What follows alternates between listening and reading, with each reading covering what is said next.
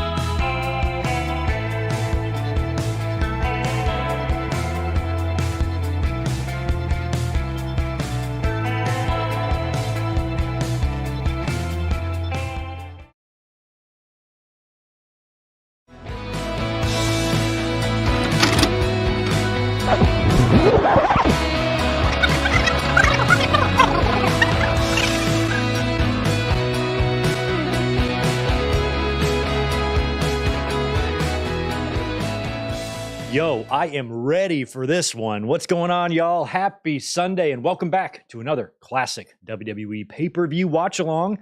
I figured we might as well get started with these Royal Rumbles. Royal Rumble is next month, and I was looking this week at some December-related pay-per-views, Armageddon, Starcades. None of them were really jumping out at me, but the Royal Rumble was jumping out at me, and we're going to do a bunch of watch-alongs, I'm sure, in January for the Rumble as well, so I figured we would give it an early start here and knock out 1993. This one I have kind of fond memories of. We're going to take this way back to 93 when Good Mic Work was in the middle of his 10th grade year in high school and hadn't even gotten his driver's license yet. So I was a youngin' back then, and I remember this one well. Bret just won the title. He was facing Razor here. I actually did think his title could be in jeopardy against Razor Ramon. I had no idea what WWE was going to do. Lots of new faces. Things were changing, and I figured anything could happen at that point. And I was a little scared of Razor. I wasn't going to lie. And of course, Yokozuna was also new onto the scene, and he would have a big outing here in the Royal Rumble. Lex Luger would show up here as Narcissist. That's going to be fun to relive and watch. And it's been a while, I think, since I watched this show. I think this was a donation review. Kevin, was it you? Somebody, I think, donated to have this one done. I remember recording it right here in this house, so it's been done in the last couple of years. So we did do a review of the show not long ago, but we have not yet done a watch-along of the Royal Rumble. So I thought tonight would be perfect, since this one, a lot like 92. 92 is on the top of a lot of fans' list because of the great performance by Ric Flair, but this one kind of stands out too. Just something about it. Bobby and Gorilla on commentary. Bob Backlund with the performance of a lifetime here. Championship match heading into WrestleMania 9. Just, it was an interesting time. So I thought this would be a great one to do. And we'll kick off our Royal Rumble watch-alongs early, since this is, get ready for it, the final Sunday watch-along of the year. That's right. This is it. This is the last Sunday watch-along of the year, because next Sunday is Christmas Eve, and the Sunday after that is New Year's Eve. And I'm going to be booked both of those nights. Many of you probably will as well. So those are kind of out. I've replaced the next two Sunday watch-alongs with Wednesday watch-alongs, starting this Wednesday at 2 p.m. Pacific, 5 Eastern, a couple hours before Dynamite. We're going to be watching In Your House number 5, Seasons Beatings. That's the one with the Bret Hart and British Bulldog main event. That's great. And then a week from Wednesday, on the 27th, the following week, 2 days after Christmas, we're going to be watching Monday Night Raw from December 29th, 2003. So about the 20-year anniversary of that show coming up the Wednesday after that on the 27th. And then both of our World's Ends predictions and live reaction links are also up on the channel. So that's all going on for the rest of the month. But this will be the final Sunday watch-along until probably, January 8th, I suppose, is the next Sunday we will be back here. So we'll pick it up with another Rumble in a couple of weeks. But I figured since we wouldn't be here in the next 2 Sundays, we would do Wednesdays instead. Going to be a daytime thing. Unfortunately, I'm not going to be able to have a nice frosty beverage open like we do on Sunday nights. Cheers to everyone, by the way. But I thought it would be fun to do that instead, especially since it's the holidays, and one of those is a holiday themed show. So it'll be fun. Yes, HBK, Triple H, Last Man Standing. I think that's what the main event of that Raw was. And that was suggested by my good buddy Amato. And I remember watching that show because I was here visiting in San Diego for Christmas before I lived here. I was here visiting my family.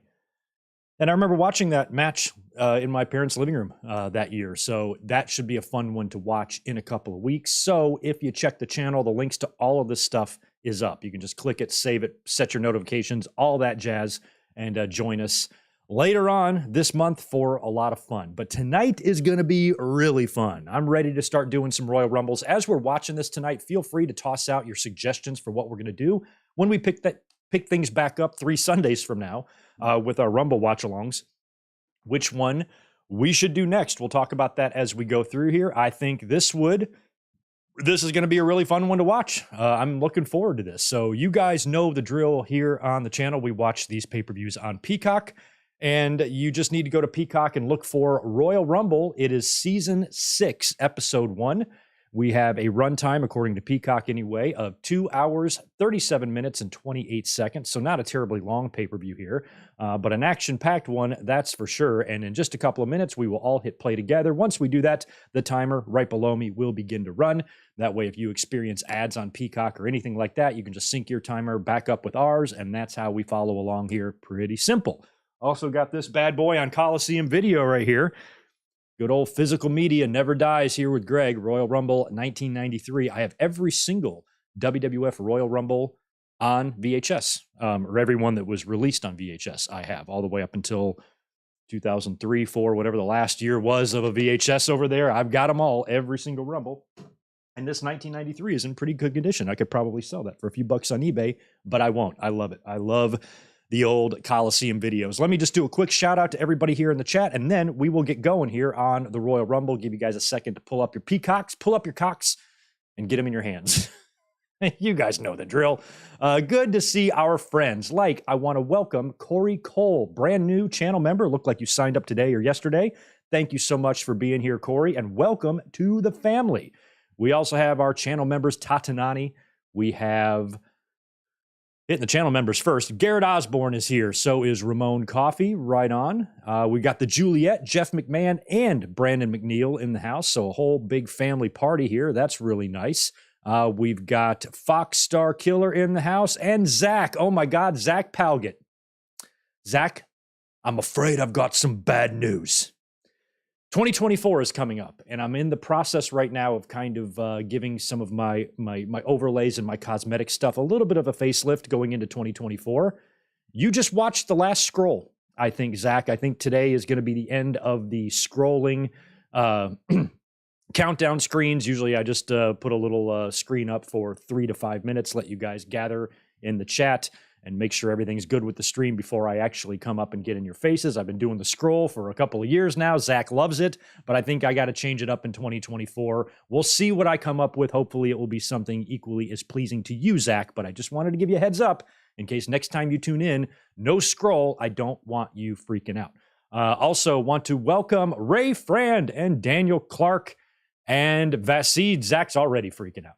Vash Starwind is here. Joseph Boza. We have Mike Rouse. We have Ben Espinoza. Did I get you? Ryan Adams is here as well. Smitty in the house. We got We Are Pro Wrestling. Might have some questions for you, but I think I got my knowledge pretty tight for this one. We Are Pro Wrestling says this was also the last time Gorilla and Bobby called a pay-per-view together. I guess it was, huh? They didn't do WrestleMania 9 because Ross was there. Ross called King of the Ring. I don't recall who did SummerSlam. Might have been Vince and Bobby. I think Vince and Bobby also did Survivor Series, and then the next night is when Gorilla kicked Bobby Heenan out. Yeah, crazy that this is the last one, huh? I didn't even think about that. That's an interesting stat for this one. Kind of a sad one, too. Good to see RC on the Aces. Caitlin in Iowa. That's a lot going on. Is Caitlin, you mean the girl, the basketball player girl? I like her. I even like the one that gave her shit, that put the ring on her finger or whatever when she lost. I like that girl too. They're both cool. They're both cool with me. Surge, good to see you. What's up, man? Jet the Hawk, not sure if I got you already. Anybody else who is here? I like to at least say hi to as many as I can. But I think I got most of you. JA 1987 in the house. Did I get David Brown? Did I get you? Good to see you. Always Radio. Brandon Barnes, all y'all. Thank you for being here. This one should be fun. So, how do your fingers feel? Are they ready? Are they on your remote, your tablet, your laptop, your phone? I don't know how you guys watch me and something else. I don't know what your setup is. If you have a cool setup, like wherever you're watching in your living room, in your office, on your desk or whatever, if you got a cool setup with me and a TV, take a picture. And send it to me over on the Twitters. I'll retweet it or something. Might be a fun thing to do tonight. But right on. Okay, so here we go. I'm going to get my finger on the play button and the timer. We'll do a countdown from 3. We'll hit play, and we will be ready to rock and roll. Let me get all set up here. Okay, I've got on the trigger there, right and left. We are good to go on my end if you guys are ready. All right. We're going to go 3, 2, 1, play. That's how we do it here. All right. Here we go. 3, 2, 1, play. Okay, success. Oh, I love the old Royal Rumble logo. I wish they would go back to that. It's so basic now, just with the red and white.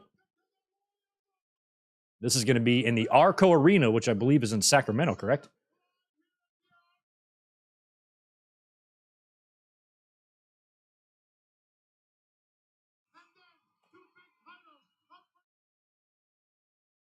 Oh, I forgot about Marty and Shawn. I forgot about that match. Oh, I completely forgot about that.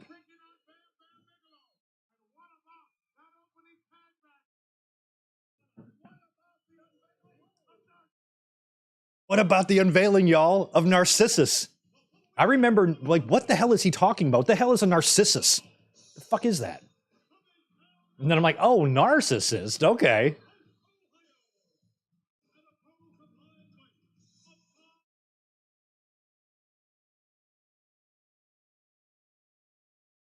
Now, the Beverly Brothers had 2 themes.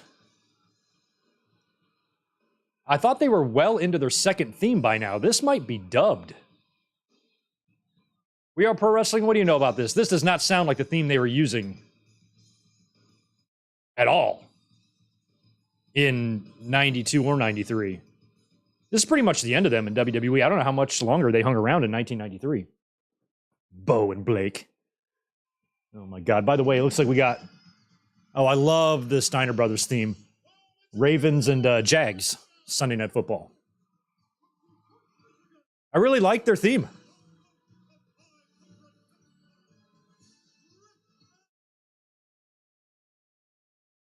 I think they tried, one time WWE tried to recycle this theme. Oh, what was his name? He came in like 96. The Pug. It's like the Pug Scott Bordeaux or something like that. What was his name? And I think he used this theme by the Steiners. We Are Pro Wrestling. You might have the answer on that.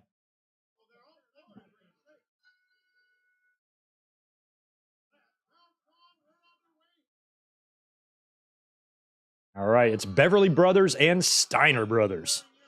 Right on. Okay, so Fox Star Killer, thanks for that comment here. 12 months you've been with me. Good Lord. Also, good to go for the watch along tonight. Now officially on break from my Monday Night Wars viewing project after the blissful end of Corporate Rock and the pilot episode of SmackDown. Wow, you're into 99 now, huh?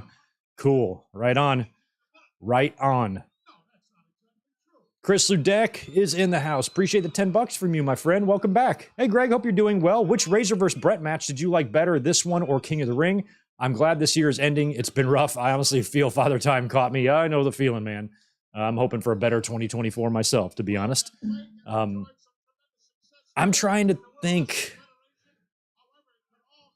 I'd say they might be equal. The King of the Ring just had a different energy or vibe to it. All of those matches did. Like, I might have even liked Bret and Perfect more than their SummerSlam match, but I don't know about Razor. The Razor match was good, but those opening round matches were kind of quick. I think Bret and Razor probably only went, 7 or 9 minutes or something like that? So I don't know. We'll watch this one later and see if how much I remember of it. Shout out to Bill Alfonso, referee.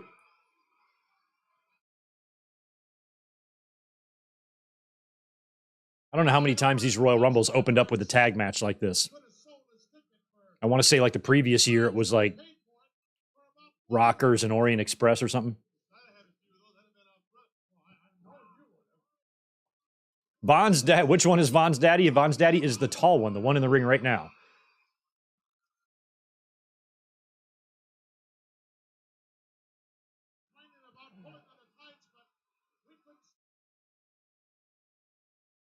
His name's escaping me. I know the other one's Mike Enos.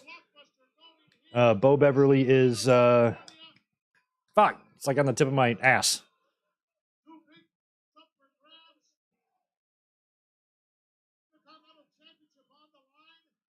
Wayne Bloom. Yeah, Wayne Bloom. That's what I'm trying to think of. Thank you.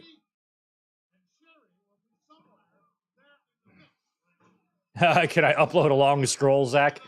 Well, I might still keep something scroll related. I definitely need to change it up, though. It's time for something different. I'll work on it, Zach. I'm just warning you, if I decide ultimately not to do a scroll, you're going to have to get past that one.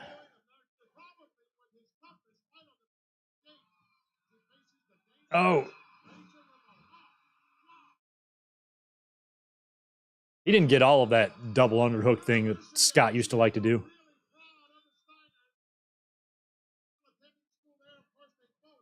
Happy Sunday, Victor Cologne. Welcome. There's K-Dog's Kennel. Oh, 92 was New Foundation in Orient Express. See, I was close. I had the right idea. He's cheating. Damn, check out. I never noticed that scar on Wayne Bloom's face. So he had a chunk of his face taken out. Ramon Coffee in the house as well. Good to see you, my friend. Glad you're here.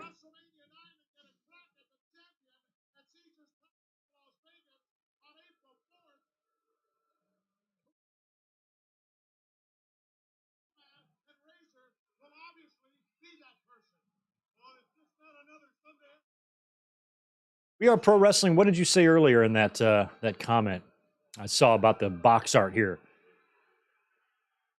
I think you said the original poster had... I saw it earlier. I'm looking for it. Here it is. The original 93 Rumble poster had Warrior, Nails, and Bulldog on it. That's crazy. None of them made it to the Rumble. I mean, imagine if they would have all stayed. What this pay-per-view would have looked like. Imagine Warrior in this pay-per-view. Imagine Warrior in the Rumble and winning it, and then it's Bret and Warrior at WrestleMania 9. Bret taps him out like a bitch. I would have loved that.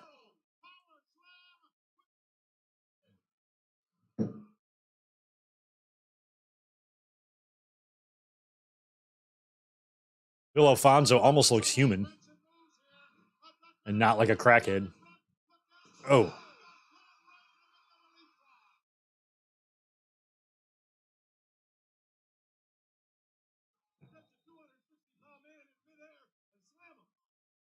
Beverly Brothers also teamed up in the AWA together.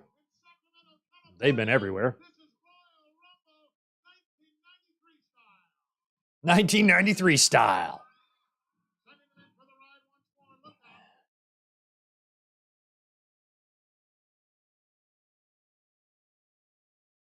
I always see, I see years as colors. And 1993 to me is like light blue, teal, green. I don't know how to describe that in my brain. But I remember like living through that year. Everything kind of got really bright, you know, for some reason. I just remember things being bright. Crystal Pepsi, you know, teal, green, light blue. Those type of aesthetics and vibes for some reason I remember about 1993. That Van Halen song, Right Now. All that shit.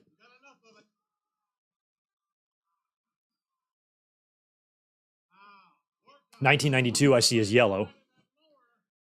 1994 I see as purple. 1995 I see as blue. It's weird. I don't know how to explain this.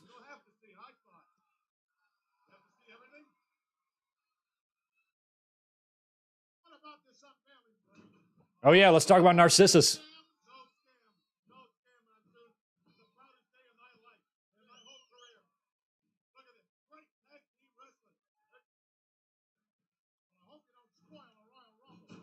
Ooh. I kind of feel like they should have opened with Marty and Shawn here. I don't remember the story. We All Pro Wrestling. Maybe you can fill us in, but later on they're going to do the IC title match, and I guess Marty showed up late or something or did something wrong, and he was maybe slated to win the title here tonight, and he did not. I remember thinking he was going to win going into this pay-per-view, that he was definitely going to win the title. Based on what happened to him and what Shawn did to him, felt like the ultimate revenge to me.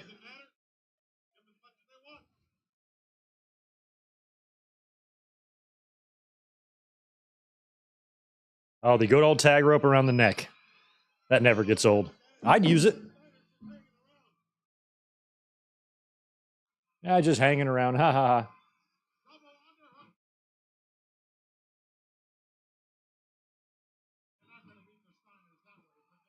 I mean, Steiners are well known, more well known, but all four of these wrestlers are really solid workers. Always were.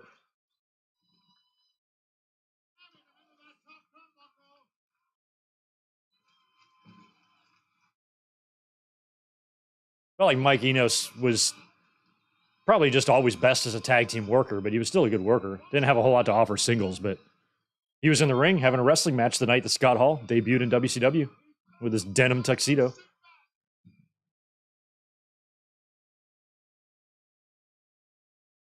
Look at Scott doing fucking push-ups. Oh, he is doing push-ups out of the Boston Crab. That's badass.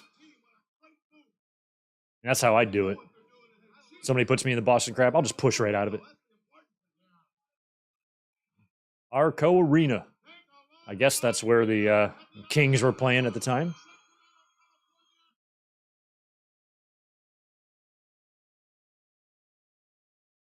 Certainly they've got a new arena by now, right? Yarko might still be there, but I don't think the Kings play there, although I could be wrong.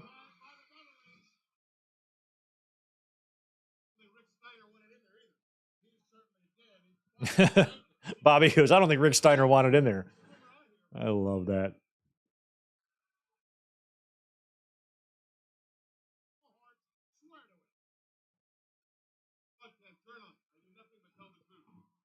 Brian Hip, Greg, did you ever hear the story about how Bruce Pritchard pitched for Scott Steiner to win the 93 Rumble as a shocker and to create a new star? No, never heard that one.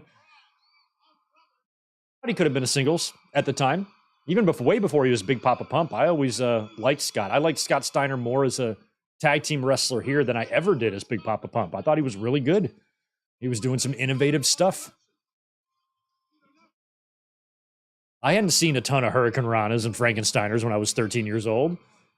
Wasn't something I saw regularly, you know. So some of that stuff he was doing was pretty wild to me as a young feller.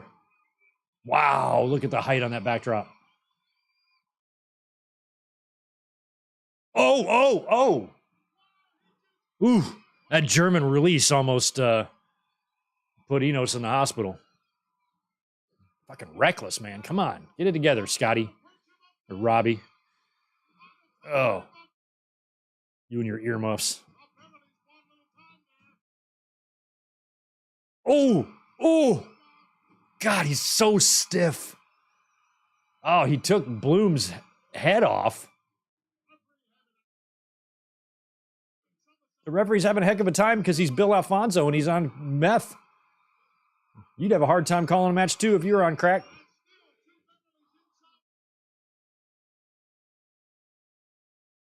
Oh no. Oh, it's the Brutus bomb coming up. Nope, missed. Oh, victory roll. No.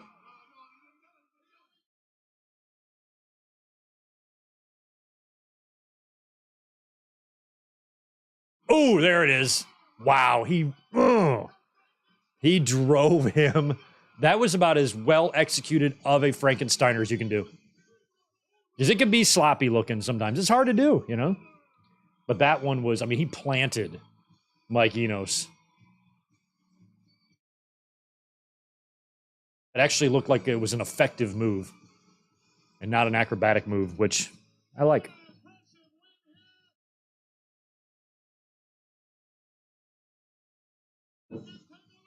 Oh, the brain scan. I missed the brain scan.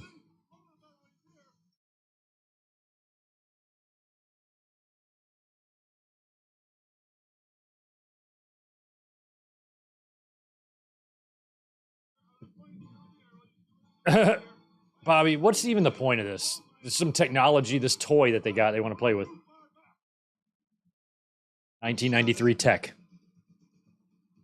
That's what we needed to do. Bobby Heenan just scribbled all over the...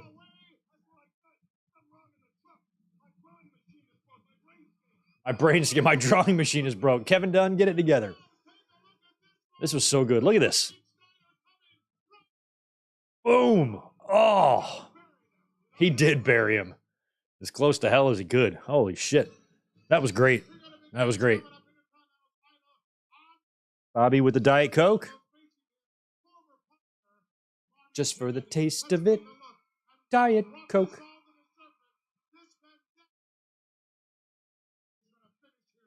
All right.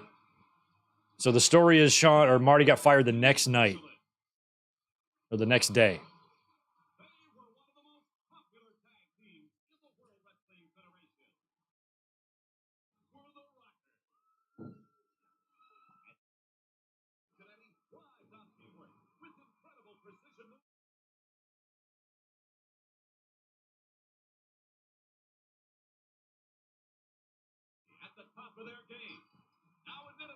I don't think Marty's going to finish the story here. The whole thing was weird to me as somebody who I wasn't following what was going on behind the scenes at the time. So I see this angle run and I'm like, holy shit, we're going to get, Rockers have broke up. They're probably going to feud. And then we never saw Marty again. Months went by and then he turns back up, gets the match with Shawn at the Rumble and then leaves again. 3 years later, the Dark Side of the Ring episode would explain to me why it always seemed that Marty was in and out of the company. God, what did him?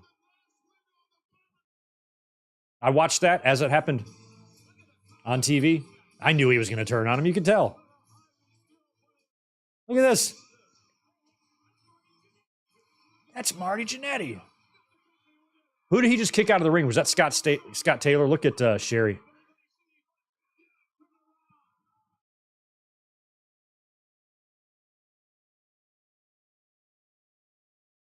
I forgot Sherry kind of went babyface here briefly.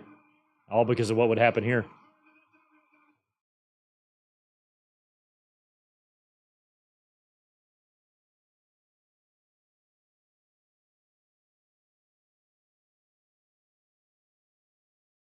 He's just going to town on Shawn.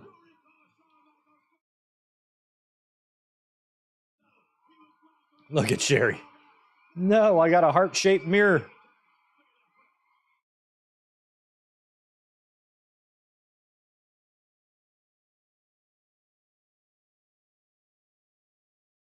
This was so good. This is really well done.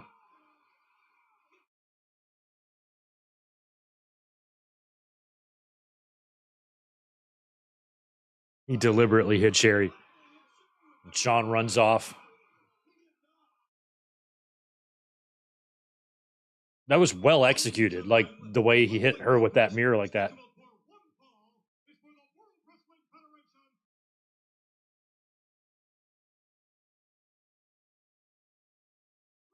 Look at Sherry.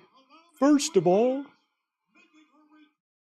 what was the date on this? January 24th. So Raw at this point was 19 days old. How crazy is that?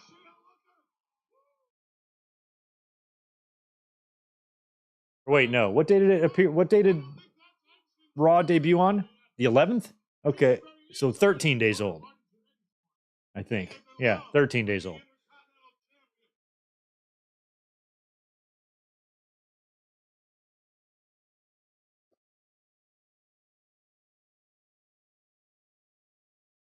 Comes Marty Jannetty in his Max Moon outfit.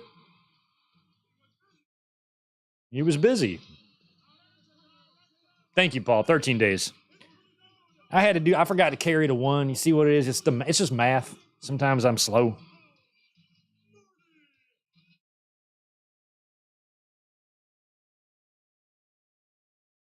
I got some news on Charlotte. I mentioned yesterday in the podcast that WWE told us how long she was going to be out, but we haven't heard what the actual injury was. Well, we have now. Torn ACL, torn meniscus, and torn MCL. No wonder it's 9 months. That sucks. Oh, yeah, and the Sherry song. He's so sexy. And he's got a blue belt. See, remember when I told you 1993 is teal and blue to me? Look at Shawn's belt. I rest my case. I don't think he's sending chills up your spine anymore.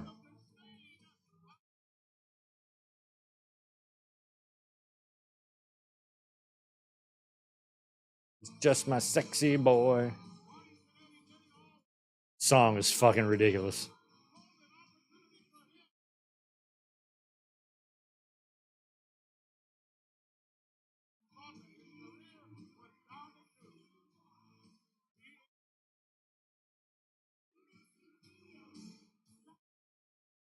I remember as a fan wanting Shawn to lose the belt. Looking back now, I'm glad that he kept it, but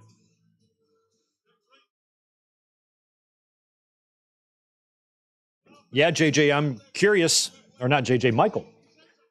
I'm curious when the official last time we heard this song was. If this is it, and then Shawn has to record it after, or if he used it for a bit on TV a little longer.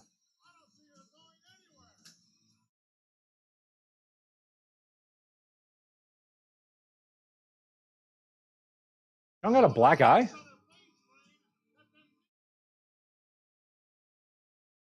Maybe not. Looked like his left eye.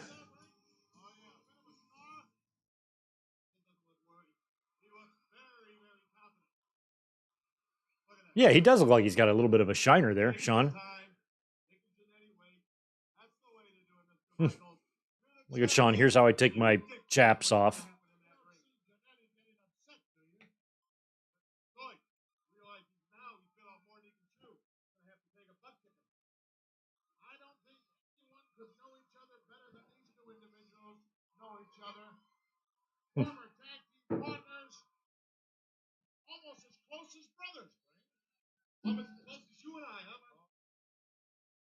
Almost as close as you and I. Shout out to Jack Doan and his hideous mullet.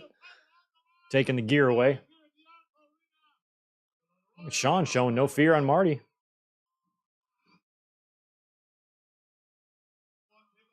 Take a walk up. Jannetty's going after him.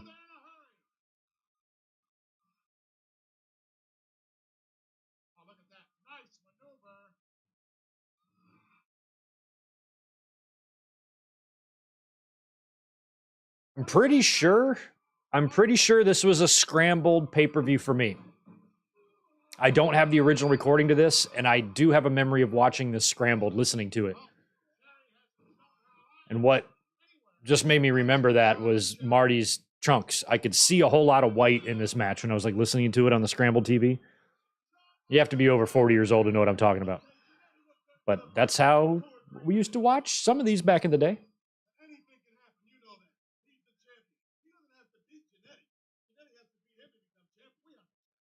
We understand that. Thank you for laying that out for us, Bobby.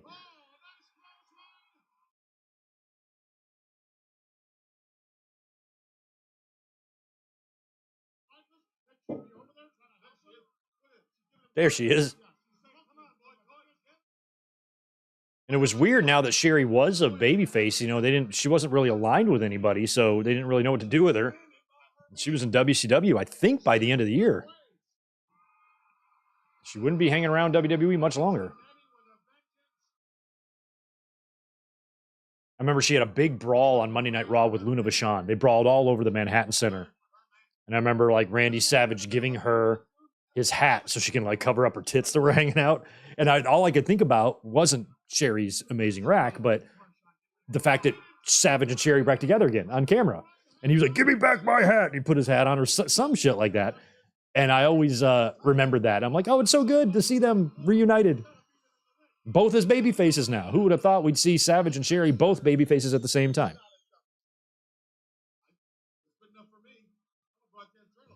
Yeah, that was a sexy brawl between her and Luna Vachon, to say the least. Oh, Marty got caught.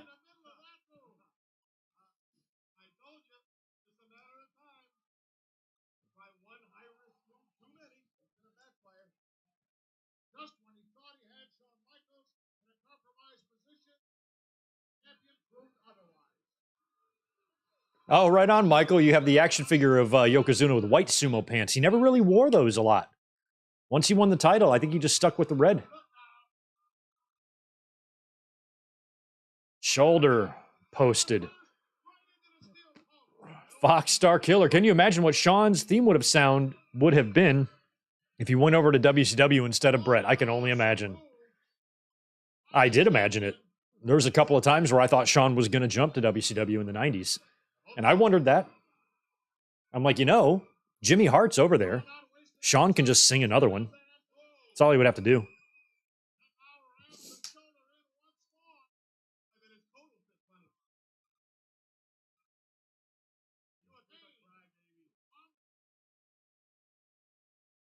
Marty was on RVD's podcast last week. Good Lord. I think I got high just reading that. She winked. Bobby Heenan with his winks, man.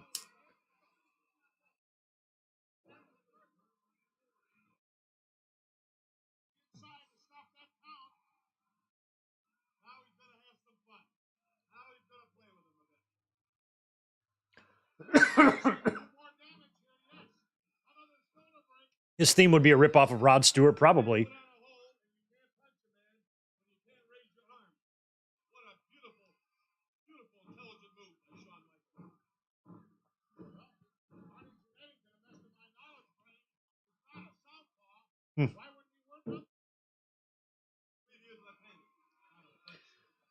Well, Gorilla wants to know why Shawn wouldn't work on the right shoulder, because I think it was the left shoulder that got posted a couple minutes ago. That's why, Gorilla.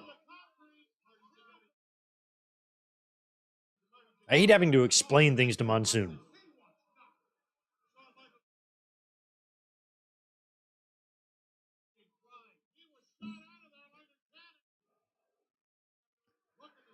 Well. Look who's here. George Morris. You're usually my first super chat of the night. I don't know what your problem is, George. Been waiting. Finally, you grace us with your presence. Thank you, George. I'm just kidding. It's always good to see you, my friend. 5 from George. Hey, Greg. How you doing? How's Tito? Rumble 93, 10 out of 10 on this one. Just got home from Christmas shopping with my girlfriend, Elizabeth. Be safe. Your girlfriend's name is Elizabeth, too? We should get together. Elizabeth squared. Greg and George. What a faction we'd make. Matching outfits. You can pick what color, George. I'll leave it up to you. You've been a generous donator here on the channel. Thanks for being here. Tito, where you at? Fast asleep. Let's see if we can see him. Right there. There. That's him right there. Asleep. Little bastard. All right, back to the IC match. But thanks, George, for being here, man.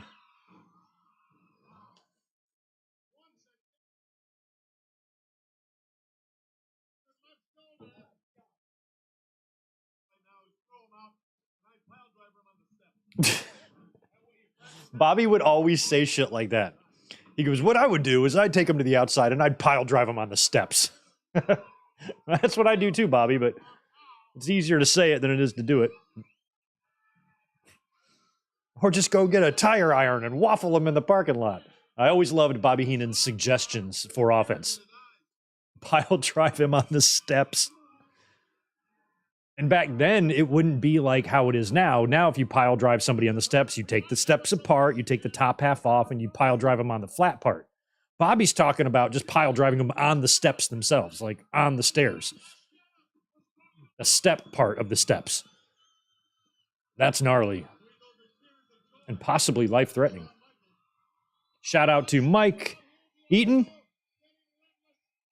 What's his face? Howard Finkel and Tony Gurria, all at ringside. Joey Morella, referee. Bobby and Gorilla on the call. You don't need much else to make Greg happy. Area at ringside. 2 pros in the ring wrestling for a championship. Oh, there's nothing like WWF action.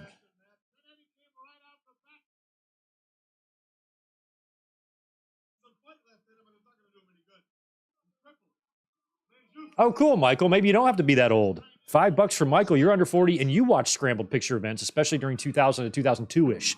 I called it watching a radio. Pretty much, it's what it was.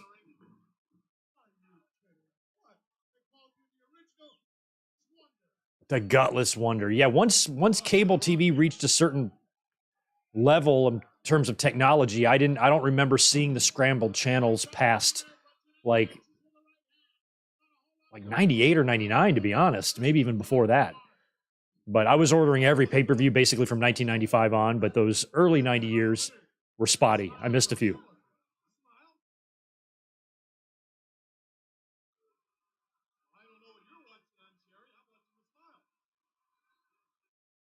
Here we go. Can't tell who's the babyface when both are wearing white. Oh, good sell on that boot by Shawn.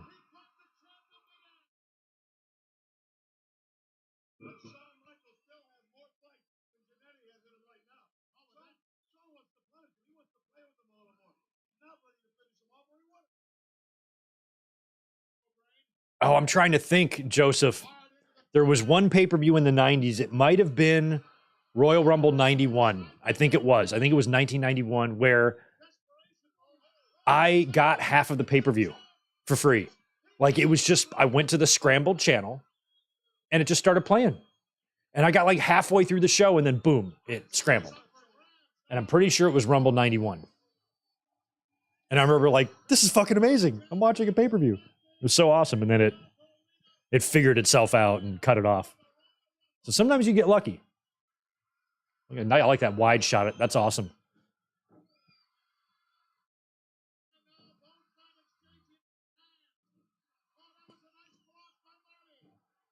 Marty's on the comeback here.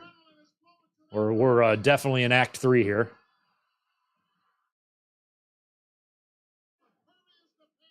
He's impervious to pain.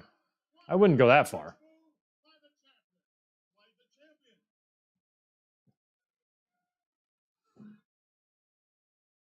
Andy Linnell, what's up, everyone? Who is everyone's pick for the Royal Rumble? Well, I'm betting on Yokozuna. I got some pretty good sources that have told me that that's likely who's going to win the 93 Rumble. We'll see if I'm right, but I don't know who you guys are picking, but I'm picking Yoko. What about you, Ramon? Oh.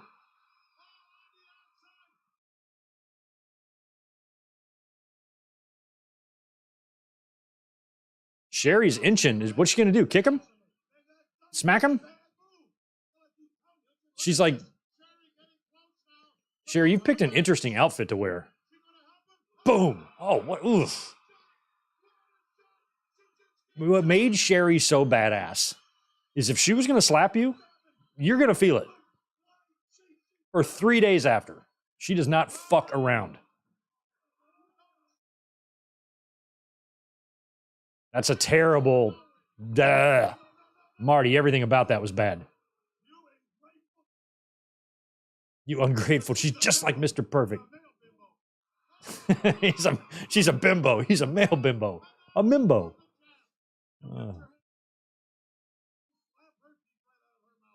Jeez. So now Bobby Heenan is encouraging an act of violence on a woman, wants Shawn to slap her teeth out of her face. That's nice, isn't it? Sherry probably block it and then just whoop his ass. In a shoot fight, Shawn Michaels versus Sherry? I picked Sherry. 100%. She'd eat him for lunch. Shawn Michaels is 3/4 of the way, but it's a punch, a flying punch, right? Nope. Landed on his feet. Nice DDT.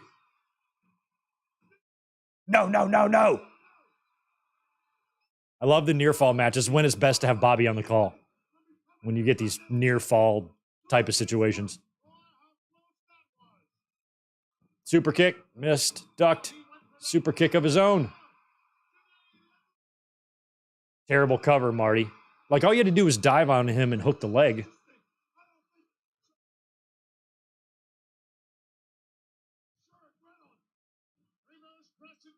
Ooh, sunset foot. Shawn did not. There we go. Slingshot. If this is a hardcore match, this is where Shawn would be blading. All the way into the turnbuckle or the ring post. 1, 2. No. What a match. Oh, come on. He just back elbowed Joey Morella.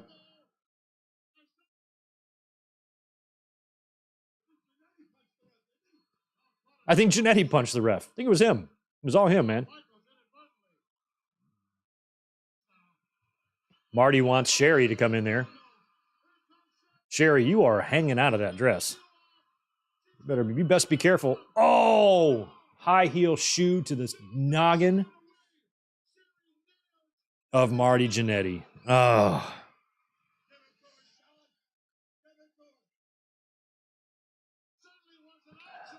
It was an accident. She didn't mean to do it.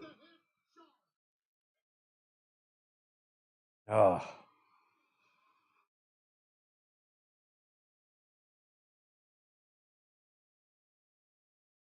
And lay into her. Oh, Sherry was super tough. Watch for the shoe.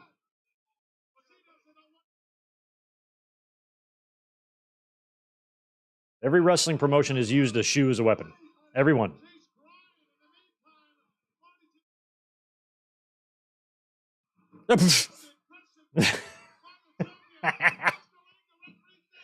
What a sell by Marty.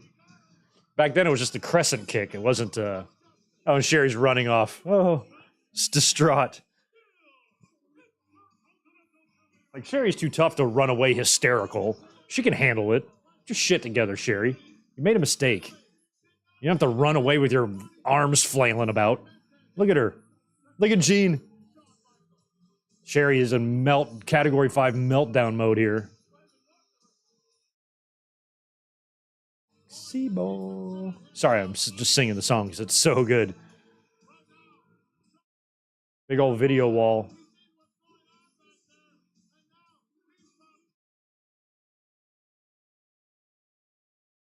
This song slaps. Kids still say that today? Is this what it slaps?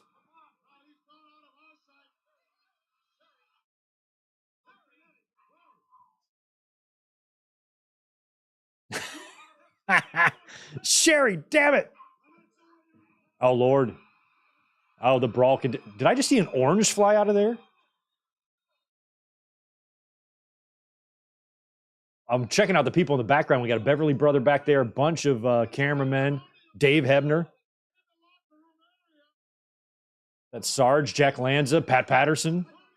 Oh, I wish I could be in backstage 1993 WWE, just walking around, hanging out.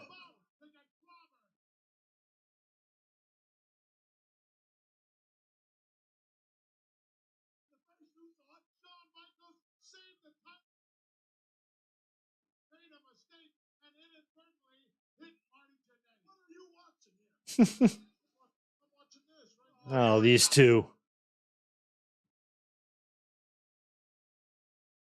You know that the movie Grumpy Old Men? I love those movies, by the way. They're great.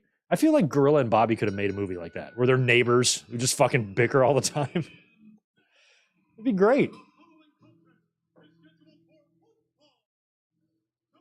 All right, that's right. So Bam Bam had just come back. But I was happy. I missed him. I loved him in 1987 when he turned up. I was like, this guy is no fucking joke. The battle for Bam Bam, Oliver Humperdinck, the whole deal, and then he kind of disappeared. Now he's back, full-blown heel. Weird music. Dun.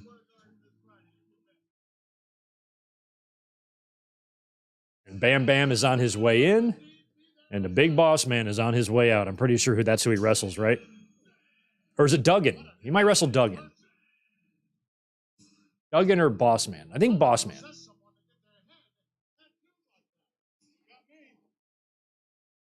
Yeah, Boss Man.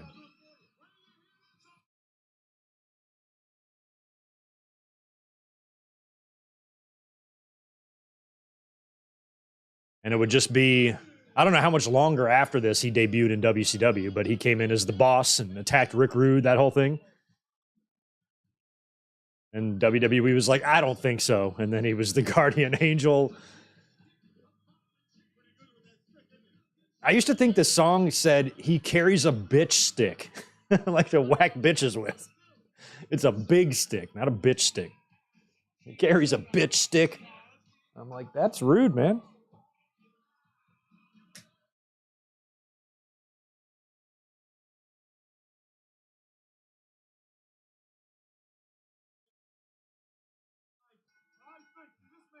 I mean, I don't know how many times these guys cross paths really throughout their careers, Bam Bam and Ray Traylor.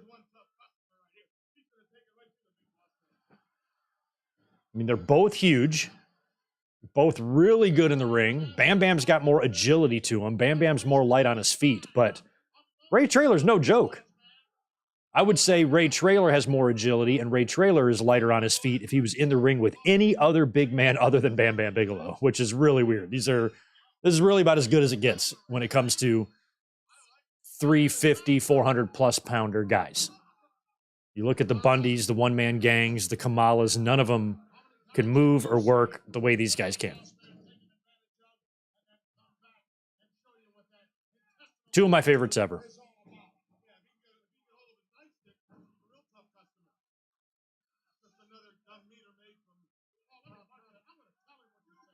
All right, we got Danny Davis on the call for this one, and we had Joey Morello in the last match.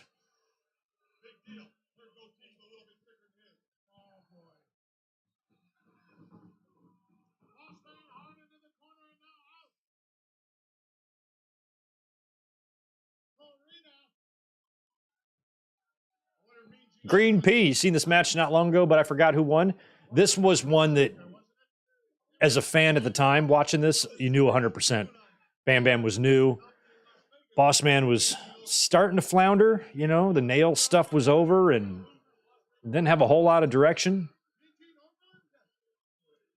And this is the exact type of match you would probably put a guy like Bam Bam coming in who's going to be used and pushed, and he needs to get some wins. Boss Man's perfect candidate for that.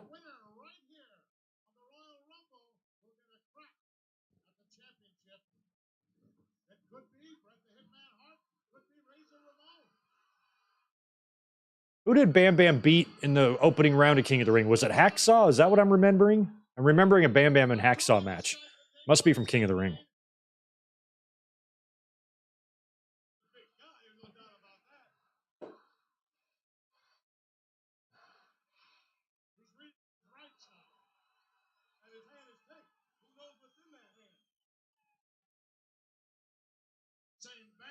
Yeah, they brought him in as a heel here. It was funny when they brought him in '87. They made it seem like he was going to be a heel. Kind of the vignettes they were running for him. You know, he was like growling into the camera and shit, showing the tattooed head. All the heel managers were trying to acquire his services, and then they brought Oliver Humperdinck in the back door and swerved us and made him a babyface. And I liked him as a babyface. But killer heel was probably a better direction for him. Jeez.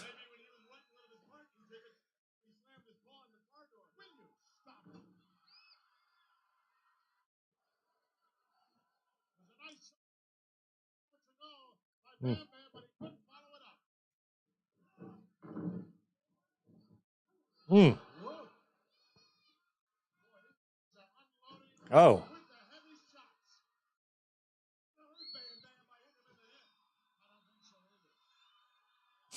I don't think so either.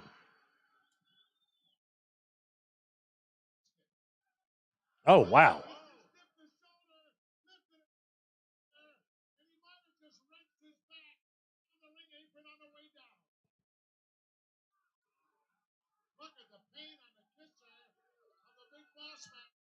On the kisser.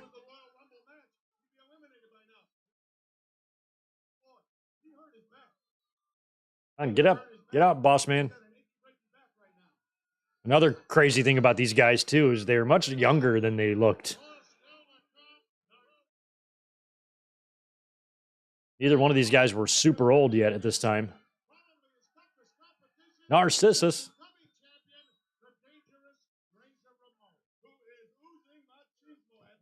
Oozing machismo.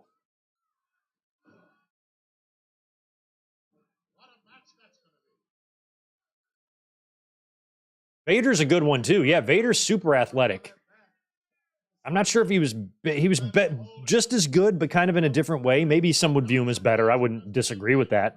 But just like Bam Bam, the way he moves, how he's really light on his feet. He can kind of do those rolls. He can get up real quick. Vader didn't have that. Vader could do a moonsault and do some shit off the top rope, but he didn't have that. Bam Bam was very smooth, almost like he was dancing in the ring a little bit. He was very agile and light on his feet for a guy his size. Vader never felt light on his feet. Vader was smash mouth. But Vader could do a moonsault. Vader could do a better moonsault than Bam Bam. Bam Bam's was wonky, sideways. Bam Bam had a Terry Funk moonsault. Just didn't look right. But there's a lot that Bam Bam could do that Vader could not.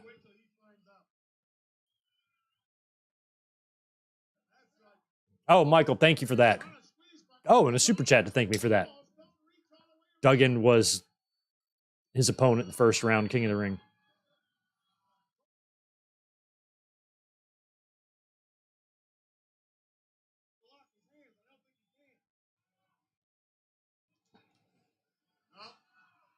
Yeah, I agree with Jeff. It's the agility thing that he had over Vader. Oh, my God.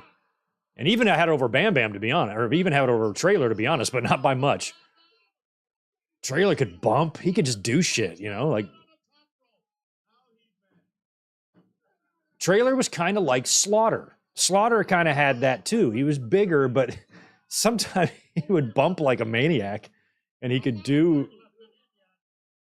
pretty exaggerated movements for someone who was kind of big. Trailer and Slaughter, kind of similar in that respect.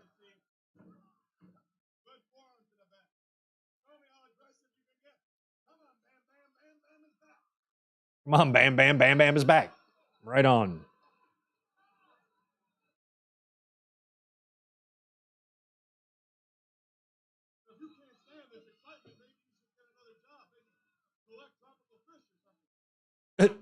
I'm going to have you knocked out. I'm about to say, Gorilla said he's going to have him knocked out. And then he goes, or I'll do it myself. I'm like, yeah.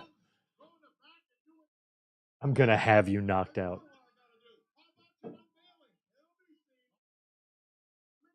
What about your unveiling? All right, I am out of 805. I'm going to go grab another one.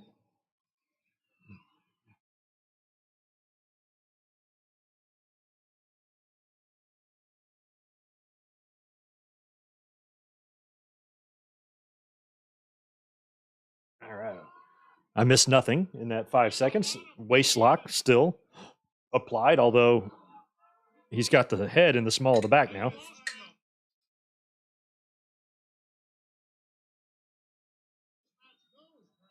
I always thought Bam Bam's tattooed head was crazy, but I have a bald head now. I could do the Bam Bam tattoo.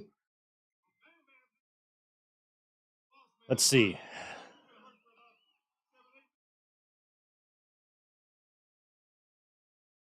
$400,000 super chat. I'll get the Bam Bam tattoo. I'll wait for it. 400K in super chat form. And I will do my next stream with the Bam Bam tattoo, although it'll probably be a process that takes several trips. So it'll be a couple months before I debut my Bam Bam tattoo, but I'll do it. I've named my price.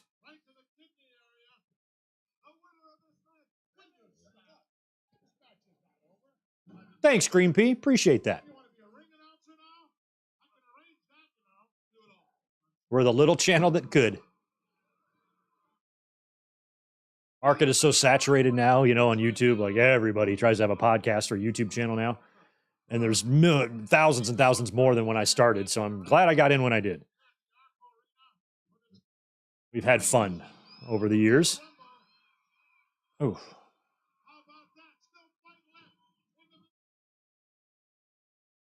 Oh, big backy. Jeez.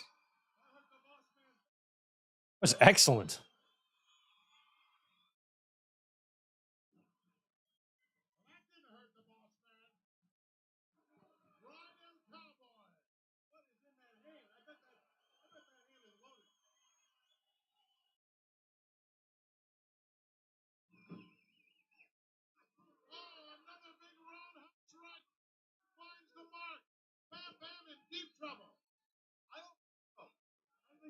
Awesome.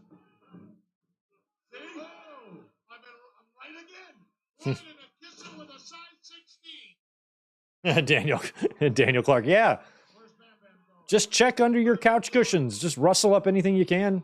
You might be able to come up with that much. I don't know. I don't know what you got under your cushions. Big headbutt.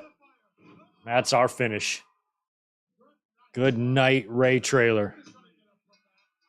They're both are talking to each other there in that pin. Probably just a thank you. Not bad.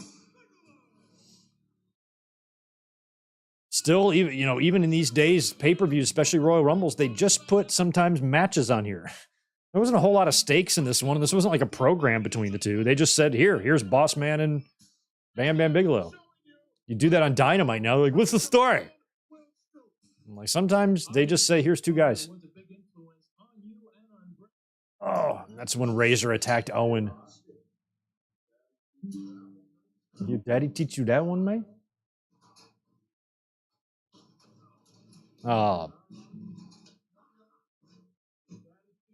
Your daddy teach you that one? Oh, my God. I don't know if Owen ever got revenge for that. Wow, can the crowd hear Gorilla? Sounds like they got him mic'd for the whole crowd.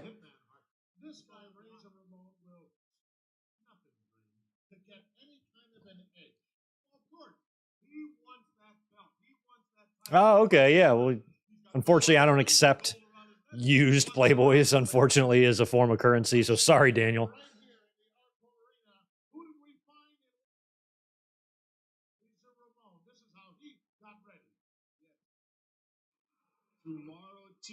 Tomorrow, Chico. This arena. I used to love that. Gold around my neck.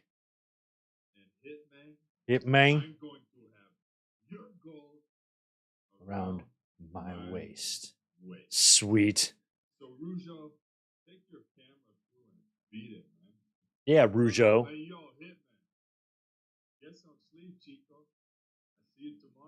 I see it tomorrow, Chico. Who are they playing? It is Kings, and it might have been Warriors.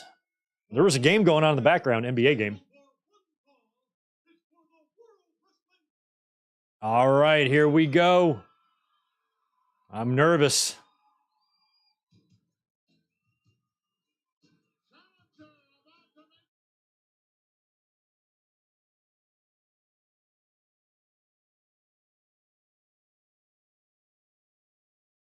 But yeah, no, King, he was definitely at a Kings game. I'm wondering who their opponents were. He was at the same building the night before. Watching the game, I was just trying to see who the opponents were. I tried to look at the scoreboard. I thought it said Warriors. I thought it said Kings Warriors, but I'm not sure. And this was pretty mind-blowing to me. In my mind, as a fan at this time, he was still brand new. Didn't really see him much on TV prior to Survivor Series 92, just a little bit. So, All right, Razor Ramon is in the ring. World Wrestling Federation champion Bret the Hitman Hart as a fighting champion. Many title defenses for you since Saskatoon.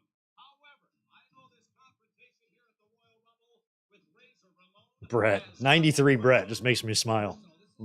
Pardon me while I take it in. He's crossed something. He's crossed the line that he's never going to forget. This is a personal thing. It's a family thing, and it's blood. You know something? Razor Ramon is going to pay. This isn't just an average title match. He is going to pay for everything. I am going to defend my family's honor. Defend I'm going to do. And defend I'm going to do. The Hitman's going to win whether he wants to or not. Got a big crowd standing by to greet you. Yeah, Razor stayed a heel for about like less than a year when he came in. Because he started going baby by King of the Ring 93 the next year after he lost to 1-2-3 Kid. He wrestled SummerSlam as a babyface. Oh, this is cool. Oh, look at Lanza. Hold back, hang back, buddy. Hang back, Hitman. Is that J.J. Dillon? And I was like, there you go. They gave him the cue. That's so cool. We just got a shot of Gorilla. I saw Lanza and JJ, I believe.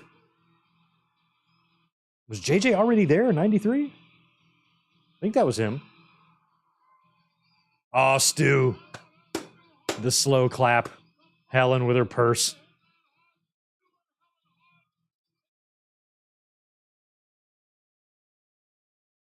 Ah. That old Bret theme. I just love it.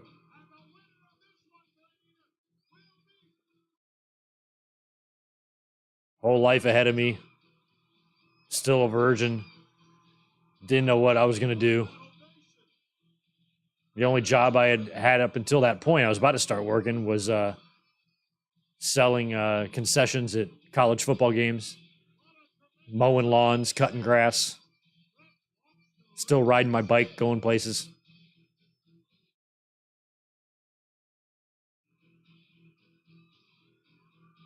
Had only made it to like second base by this point. Oh, to be young again.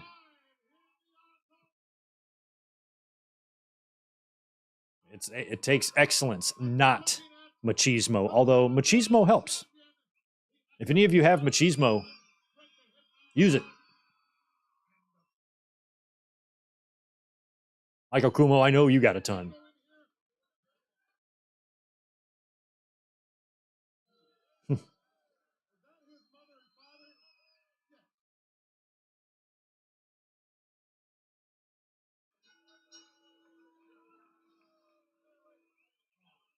Okay, thanks, We Are Pro Wrestling. Oh, he had come in 89? Oh, shit. I thought he was there from like 93 to 96 or something. I had that all wrong.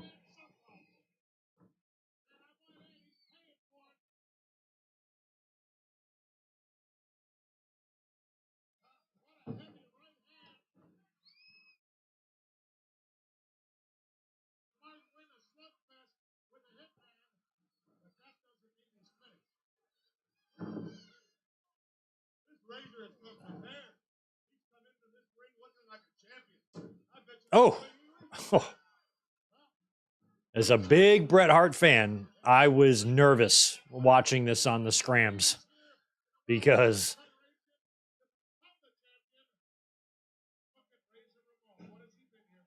it felt like Yokozuna was going to be the one who was going to win the Rumble. It felt like that. So, but I was still worried though. Like if I remember feeling like that Yoko was going to win. So I should have been able to recognize that Bret will probably keep the title for a babyface heel WrestleMania main event. What sense would Razor and Yoko make, you know? But I wasn't thinking that way. I was just thinking of, oh man, I hope Bret's Winged Eagle title is not in jeopardy. Oh, and I was worried that it was because Razor was getting a push. As soon as he got there, he was, boom, associated with Flair right away, main eventing, or not main eventing, but had a big Survivor Series match with Savage and Perfect. And now he's getting a title shot. Flair was on his way out the door.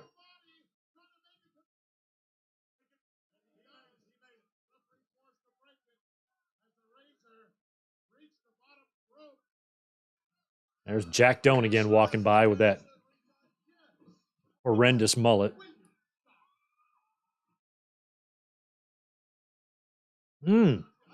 I forgot about another part of this pay-per-view. Completely forgot about what The Undertaker does. Totes forgot. So that'll be fun to watch.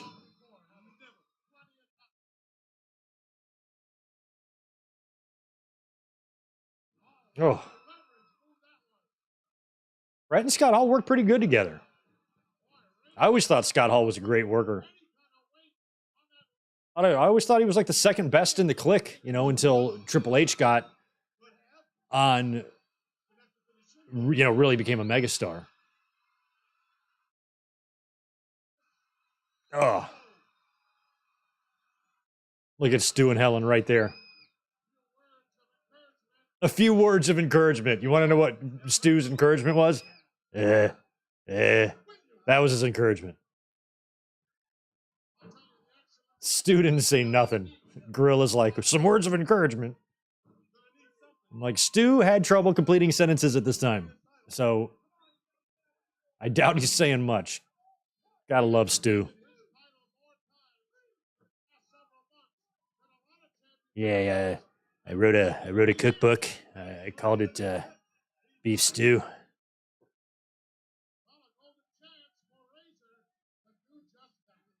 Oh.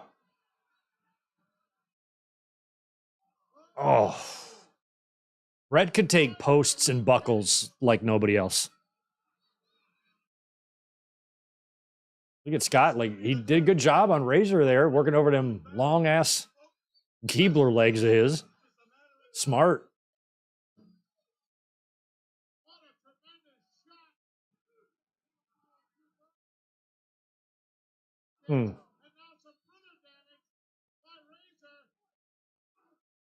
You know how hard that is to pick up a 230-pound wrestler when you're on your knees?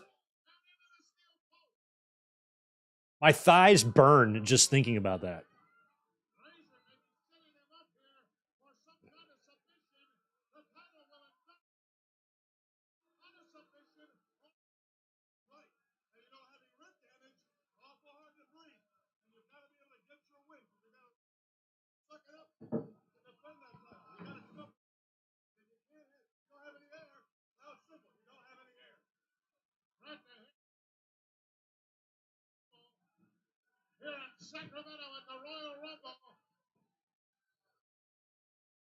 There you go. Something stretch him. Leo Whalen, I think it's his only televised match. Yeah, so Flair was gone by the next night. But what's interesting about that is that match has already been taped. Flair has already lost to Mr. Perfect on Monday Night Raw. It airs the next night. Flair's last night in the company is technically this show when he gets eliminated in the Royal Rumble. So they taped Raw ahead of time. So it's interesting. It's weird. But yeah, this is technically Flair's last night. And he's back off to WCW after this. Probably a private jet waiting for him.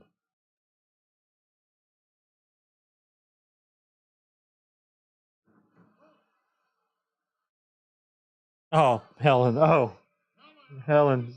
You're okay, Helen. Helen, you've seen some gnarly shit in the dungeon and in the Hart house. This is probably a typical Sunday brunch. I wouldn't worry about this too much, Helen. Bret's got this.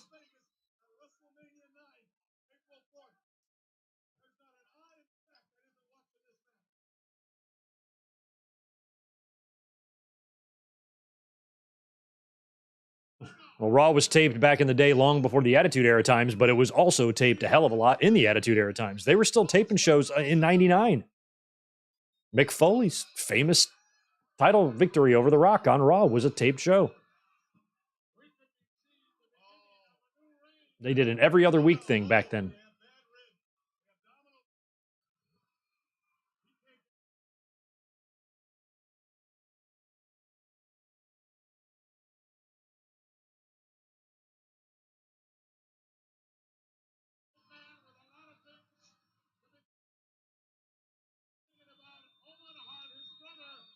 Yeah, who got clobbered.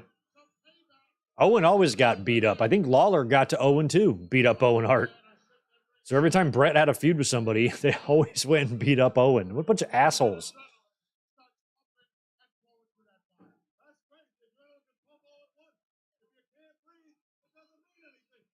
What's up, Randy? No, I think it was a mutual thing. I think Vince was purposely going in a different direction. Flair wasn't going to be the top guy. And I think Vince and Flair's like handshake agreement was that if you ever go in a different direction or decide to do this, I can choose to leave and go to WCW. And Vince let him. I think that's all it came down to.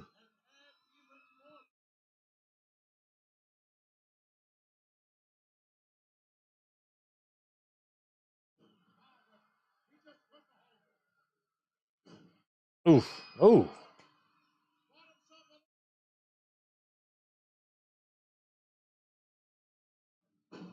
God damn. Bret kicks out.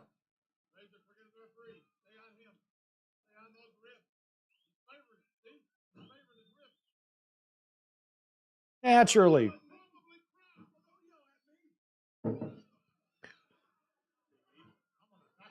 Victor says it wasn't until May of 99 that Raw became live every week. So does that mean the very first one was the higher power? Or maybe it was prior to that, actually. It was a month Owen died.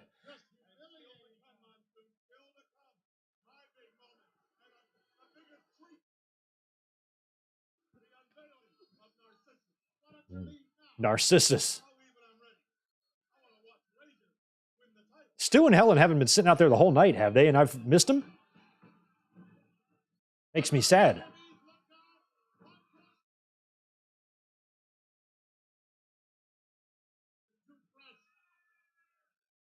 Razor, too fresh.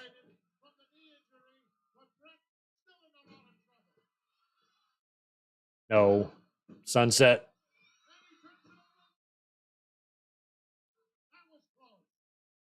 A lot of near falls here. And at this time, too, Bret was defending the title a ton. So he was already kind of ripe-ish.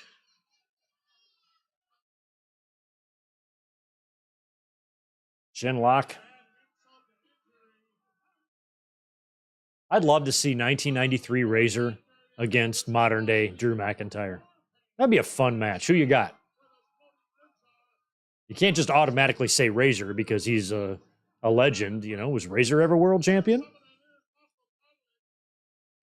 What can Razor do physically, athletically in the ring that Drew cannot?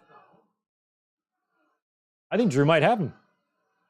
But I think it would be an awesome match and fun. The battle of the hairy chest. Loser has to shave. Something like that.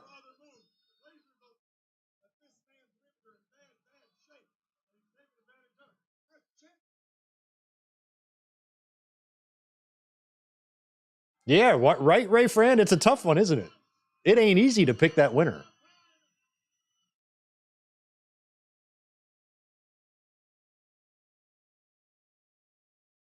Let's do a Twitter poll. Let's do a during our watch along Twitter poll. Who would win?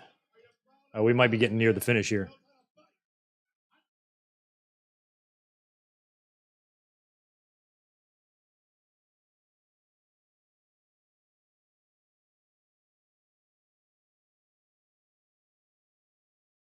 Bret diving. Oh, I love that shot.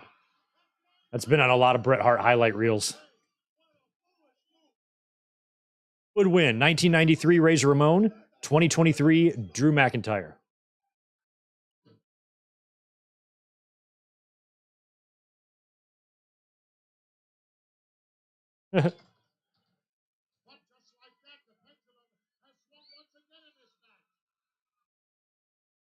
Let's just do a 12-hour poll on this one.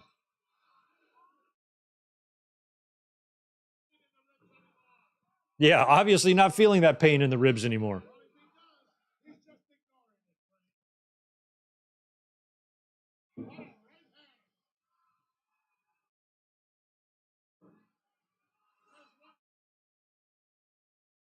Yeah, there's one for my brother who ass you kicked in the locker room. Yeah. asshole. It's like, what makes me even more mad is I let you borrow some of my hair oil. And then you beat up my brother, you son of a bitch.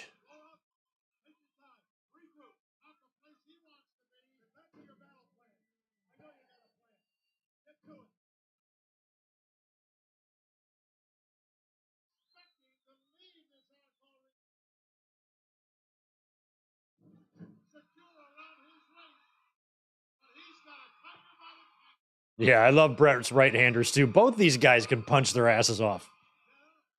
They know how to do it. Bret's looks so real. And Scott Hall's are just sharp. You know, they're sharp and they're biting.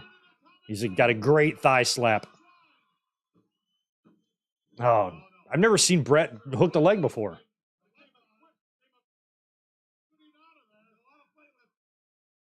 Backbreaker.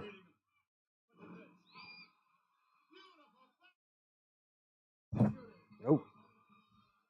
Hit my mic. Clothesline and a beauty. He loves to say and a beauty.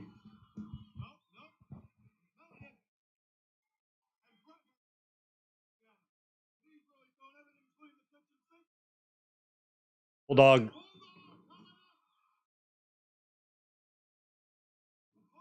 Bret's hooking the leg on all of these pins, which is really interesting. It's not your typical Bret match. He's not even getting all his shit in the normal sequence of things. He's doing backbreaker here. Nope, Russian leg sweep. Or neck breaker, as Gorilla calls it.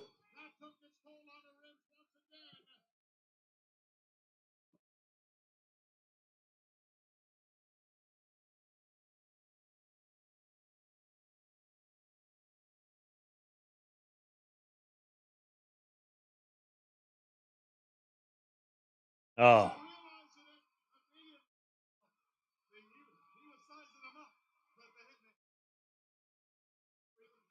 Pull him off. There you go. So I guess they're trying to tell the story like Bret can't put the sharpshooter on. He's almost got it here, though.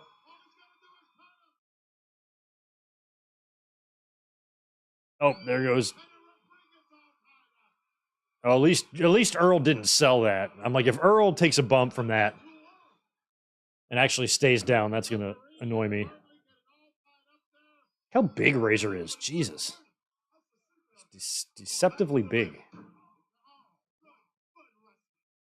I can see why Vince liked him at this time. I can see why Vince is like, oh, I want to push him. I want to use him.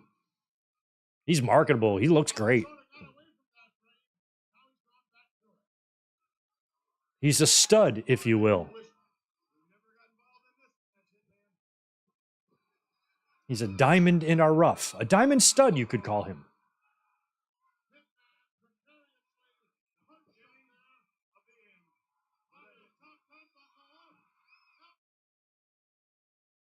Oh, look at that move by Bret. Big belly to back. Wow. There was so much elevation on that. That was like a high impact belly to back. Oh. That was the middle rope elbow that Bret missed and got a face full of boot.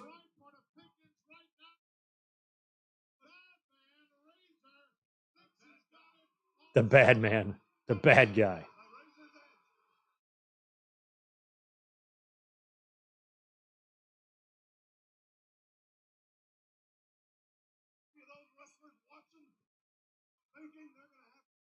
There it is. Razor's Edge.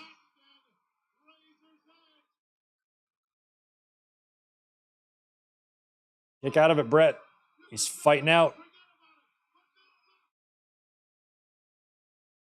Backslide. Oof.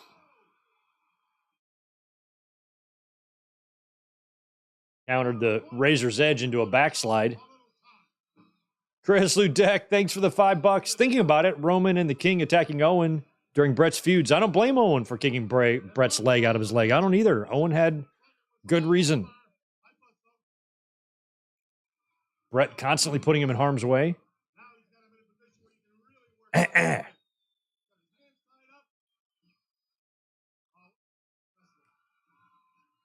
Oof.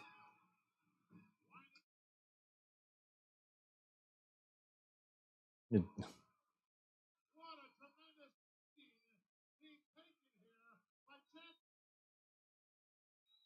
Oh, good shot. Excellent camera shot of Stu and Helen. Love that. I love Stu and Helen. I wish they were my grandparents. I could go visit them. I don't know how I would ever find myself up in Calgary, but if I am, I want to go see the house, or at least look at it. Oh, look at this. Push him down. Get down there, fucking Earl.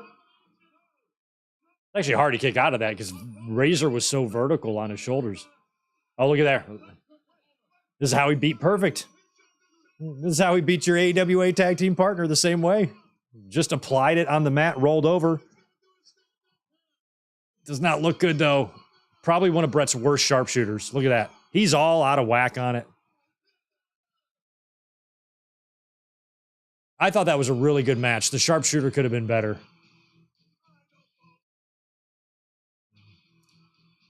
Claudio Castagnoli would say that was a shitty sharpshooter. Look at Stu. Yeah, he won. Yeah. Oh, 1993 hairstyles, man. Oh, it's always great to watch Bret retain a championship. I mean, I thought he looked so good with the IC. This was like an upgrade. This is like, holy shit, if he didn't look awesome enough with the IC, he just looks like the man with that winged eagle.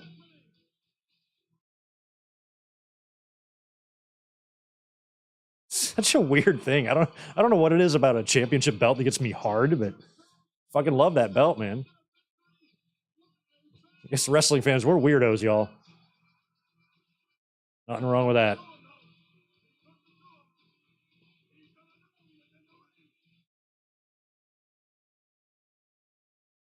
Ah, take it in. One of my favorite visuals of this time period as a wrestling fan is just Bret with that very championship.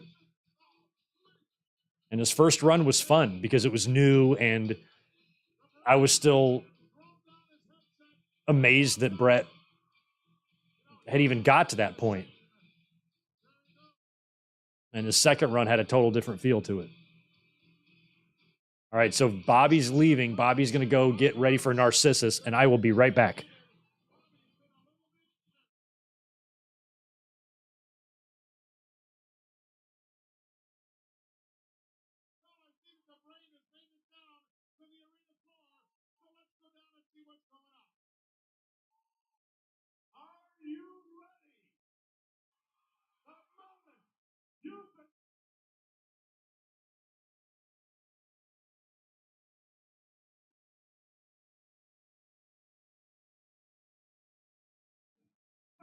Walking on earth, words cannot describe how this man looks. Right now, it is my pleasure. It's an honor to introduce and to unveil Narcissist.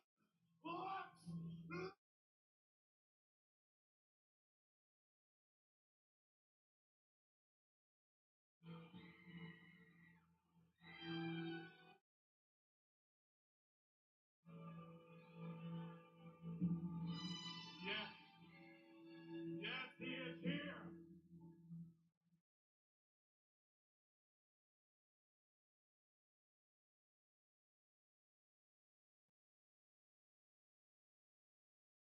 Don't tease us, Lex.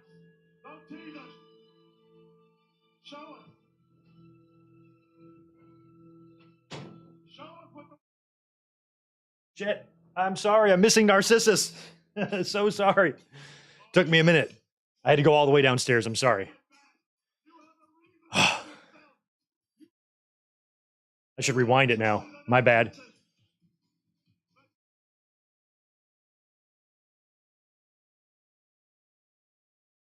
I'll never get over how Bobby puts this over.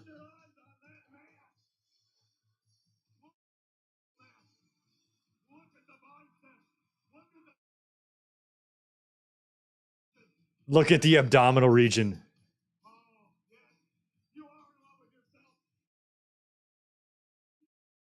By the way, Barry, are you here today? Look, check out my shirt. That's for you, Barry.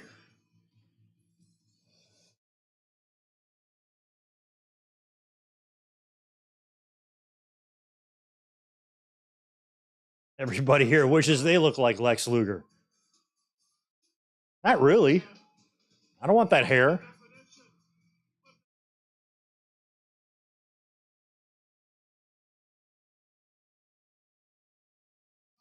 I know how you feel about yourself. Like, Bobby is like...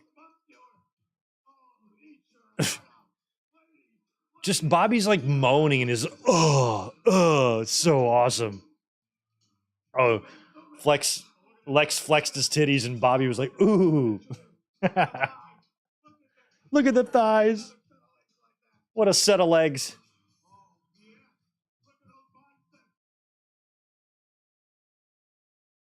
Perfectly proportioned. This is how Jerry Lawler talks about Stacy Keibler.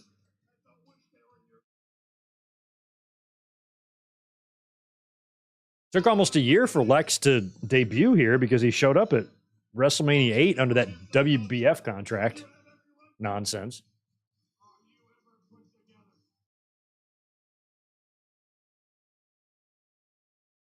Yeah, this basically is a Chris Masters type of gimmick here.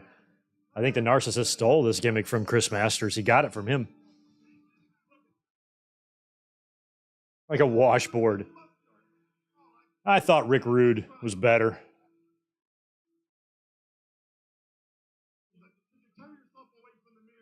Could you tear yourself away from the mirror?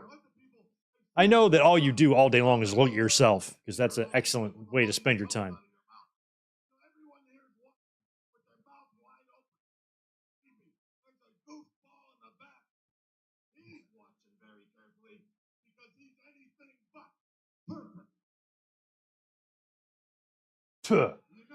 Kapua, you say.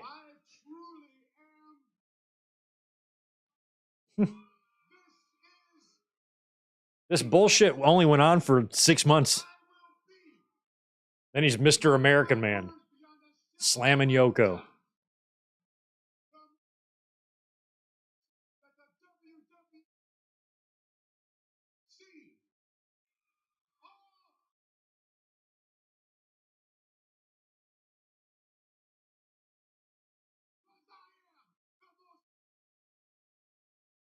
As mesomorphically magnificent.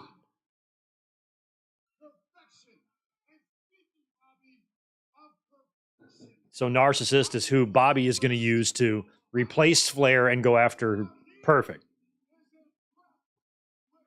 So they're already planting the seeds that Flair's gone. Technically, he's got a Loser Leaves Town match tomorrow.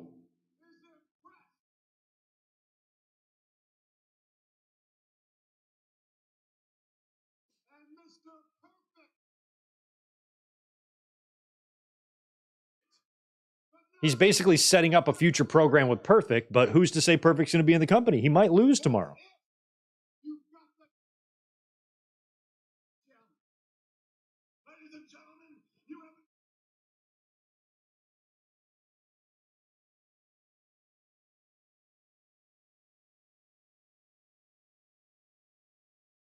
It's crazy. I wonder if Luger and Flair talked that day.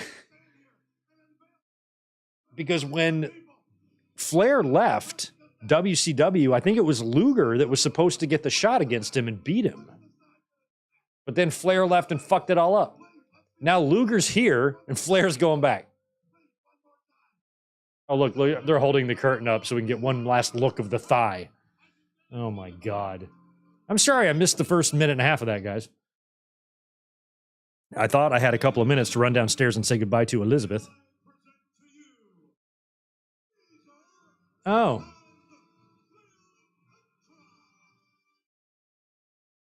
Pretty weak WrestleMania, small-ass crowd. I didn't like the Vegas setup. I didn't like the outdoor setup. It was windy as shit. Remember Lex Luger's fireworks were blowing all over the place? Where are they? In the crowd? Are they in section 112? Oh, here they come. Hey, that's Louis Spicolli. That was Louis Spicolli right there. Ahead of these two people that are in that Michael Jackson video. Maybe that's Eddie Murphy. Eddie Murphy and somebody else. This reminds me of the Michael Jackson video.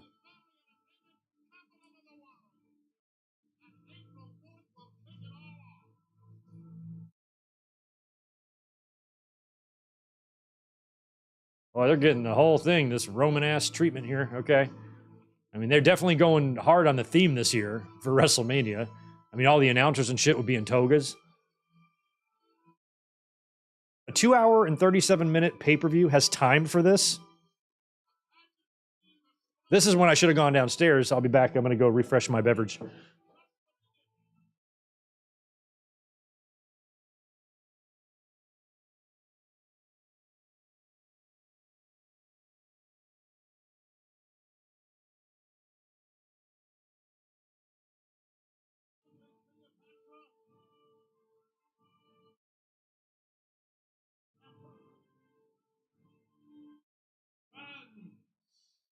Roman and countrymen, lend me your ears. Let it be known that I, Caesar, ruler of the Roman Empire, presiding at Caesar's Palace in Las Vegas, Nevada. Caesar's Palace? Did the real Caesar live here? I didn't think so. Oh, it's my beeper. You got a payphone bank here, like a bank of payphones? It's for my beeper.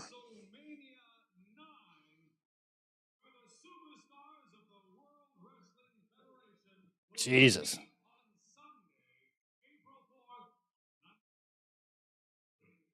1993. Man.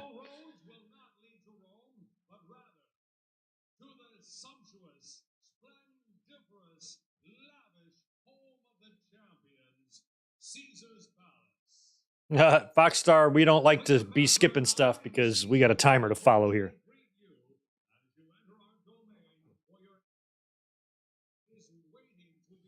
At least somebody got the reference. Nice.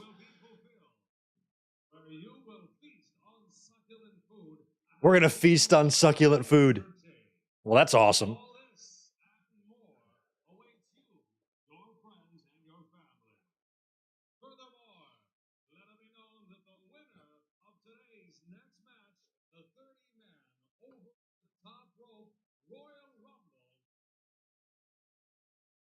And this is the first. This is what they had to do because of what happened the previous year, with the title being on the line. Now it's like, how can you go back to just doing a regular Rumble? And that's where the WrestleMania title shot was born, right here. It's been 30 years of this. This will be the 31st year next month of this title shot shit. Well, actually, maybe that one year the belt was on the line. Triple H won it.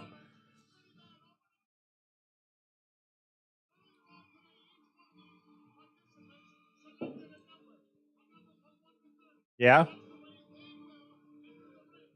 Bobby's trying to tell you something. Bobby's like,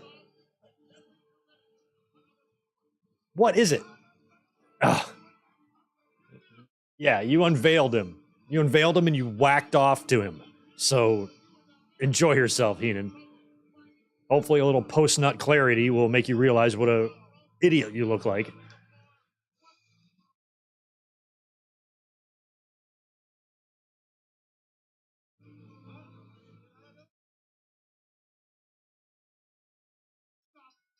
Will you stop?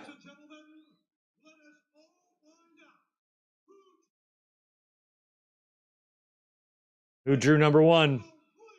I don't even know, to be honest. Oh, yeah, I do. Let's just get him over with early. Ric Flair. Oh, no. Look at Flair's like, let's get this over with, baby. I got to get back to Atlanta.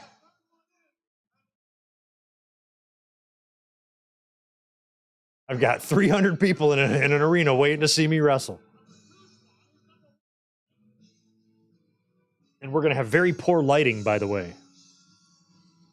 Look at him. No. No. Nice sign. Like, Bobby is not freaking out near as much. He's not selling it near as much as the previous year.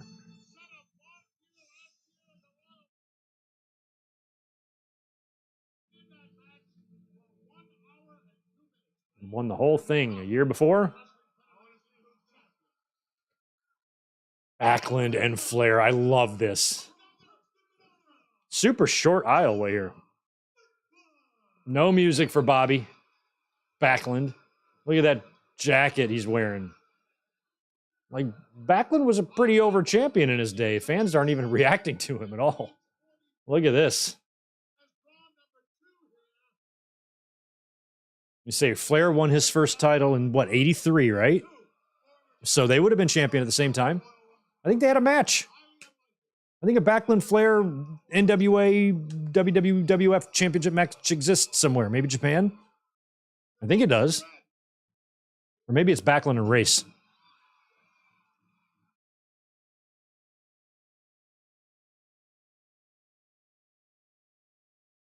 I don't know. Don't count Bob Backlund out.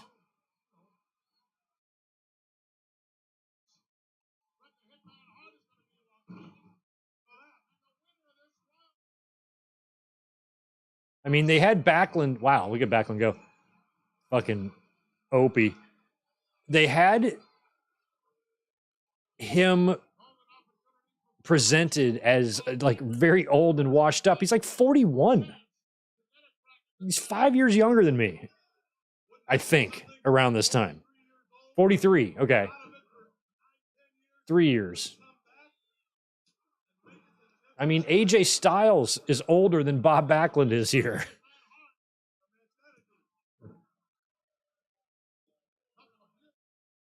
Look how good he looked the other night.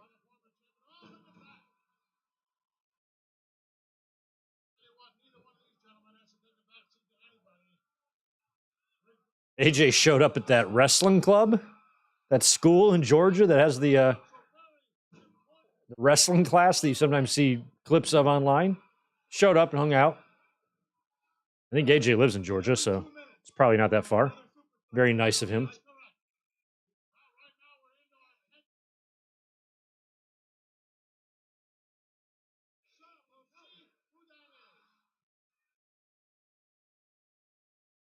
Papa Shango, number 3. As Flair and Backlund scramble on the ropes.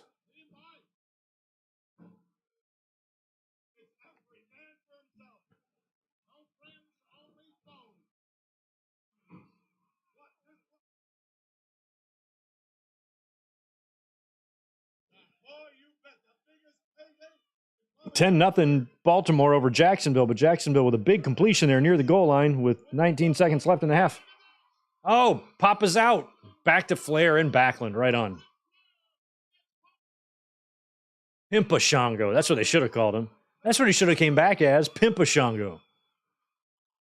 Both gimmicks in one. Papa Shango with a hat and a hoe train.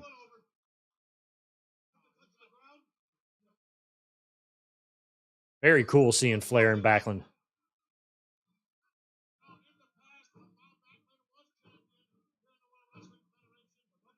Stomping Bob. Bob doesn't know what's happening.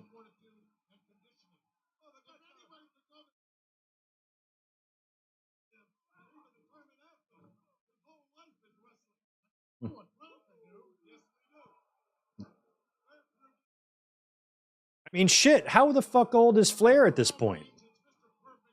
I feel like Flair and Backlund are about the same age. Look this up.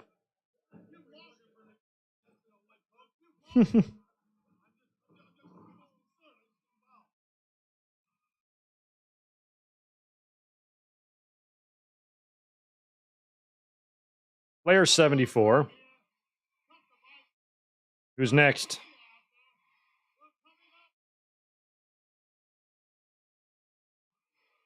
They're the same age.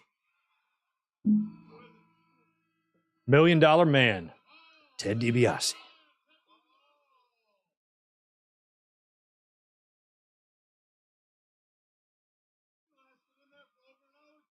This is Ted's last year in the ring. Look at this talent in here right now. Look at these legends. You got Ted DiBiase, Bob Backlund, and Ric Flair in a fucking triple threat match. That's awesome. That's really awesome. Appreciate and acknowledge all of you.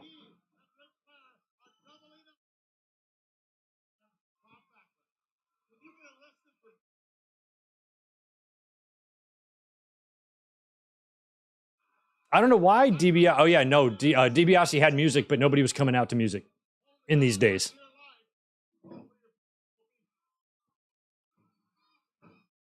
And for some reason, WWE chose their second entrant, a spot that actually would normally get music, and gave it to a guy that has no fucking music.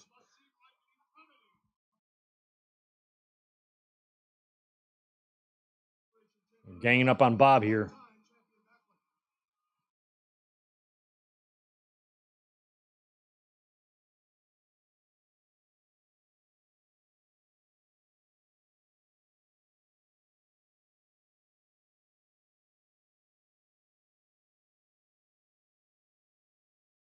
Oh, Backlund with the sell.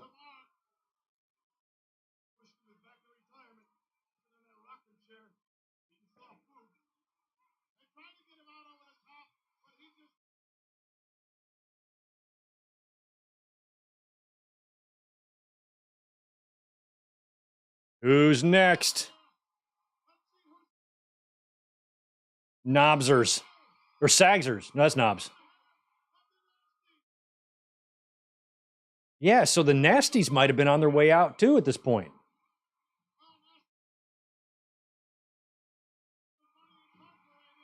Yeah, they might be on their way out of the company themselves, these Nasties. I'm not sure. I can't remember what their deal was around this time, but now Knobs is in there. Yo, Fox Star Killer with the super chat of the night so far. Thanks for the $20, my friend. I'll be adding that to your total in the ticker there. Thank you so much. True fact.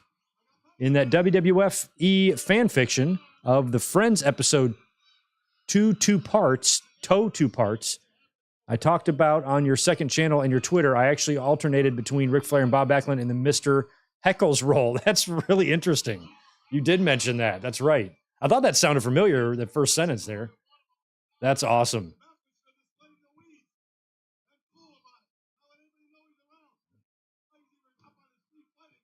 Just watched Saving Private Ryan for the first time the other night, and Phoebe's brother, man, he died hard. Hardcore. Chris Ludek has got 5. It's crazy. They kept emphasizing that Backlund was still in the ring at 43, while most of WWE's main events are over 40 or in their late 30s. Yeah. Flair is the same fucking age as him in this match. They did the same thing with Jake Roberts in 96. He's 41 years old. Like, that's nothing now. Seth Rollins is 38. Oh, a pit stop. Oof. So disgusting. That's something a nasty boy would do. Oh, I get it now. Okay.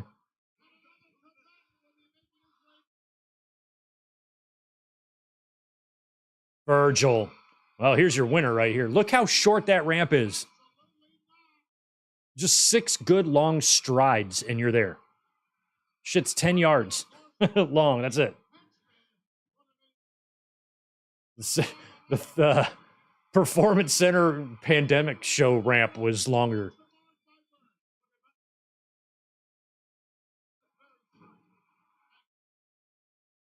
Nobody's been eliminated other than Pimpashango.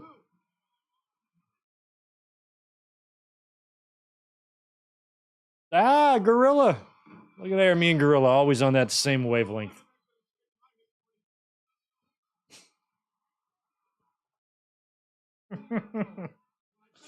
Bobby Heenan goes, I hope I'm in that good a shape when I hit 40. Yeah. 40's way in your rearview mirror, Bobby Heenan. 40's in my rearview mirror. Oh, and there goes Knobs. What's your last name? Knobs. For real?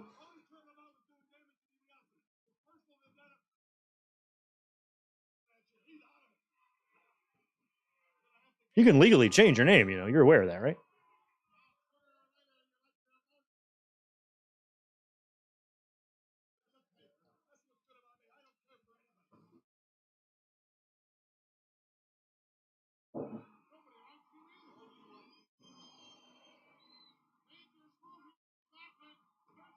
Ooh.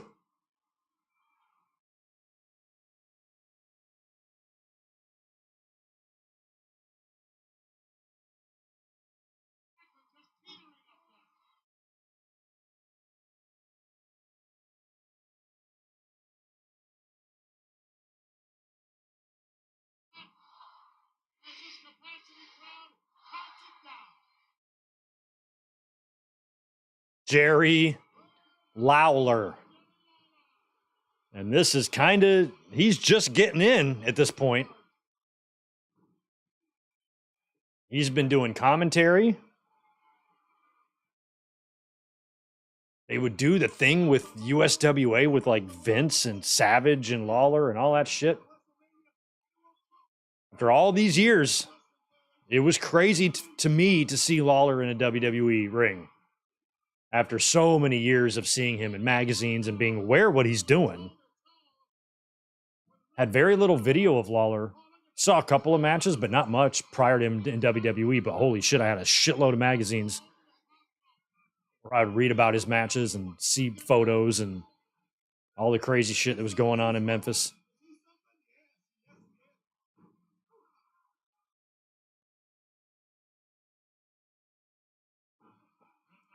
Fucking Law. I mean, we have Jerry Lawler, Bob Backlund, and Ric Flair. Three of the greatest world champions ever. Although Lawler was on a regional level, he was still, the legacy he built was pretty impressive.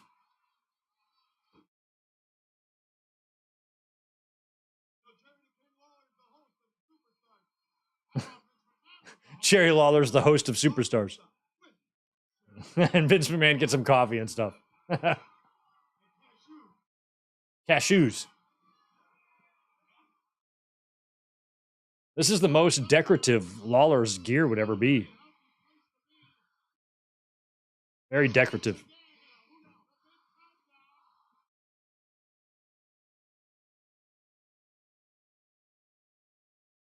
Max Moon. Which by this point, I don't believe it was Conan anymore. Might have been. Can't tell.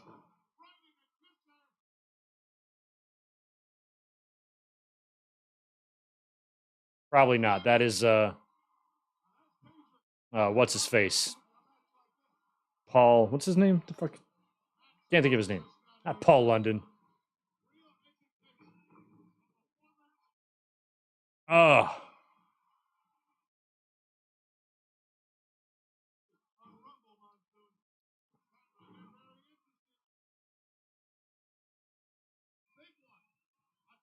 Cornette thinks Lawler is the greatest wrestler, pro wrestler of all time.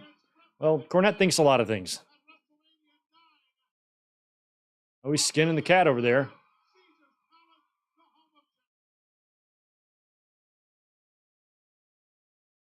Paul Diamond, thank you. I can memory, man. I feel like this might be Conan because we're pretty early on into the Conan run here. Or the Max Moon run.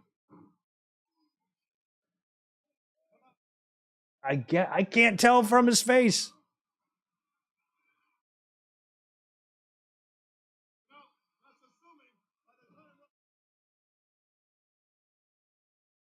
Oh, Bill Alfonso is on the outside. Well, that's where all the crack is. You want to be out there for that. Vince usually keeps it under the ring there.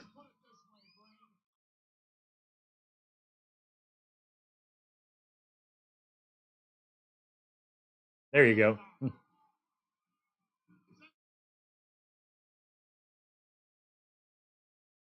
Wow.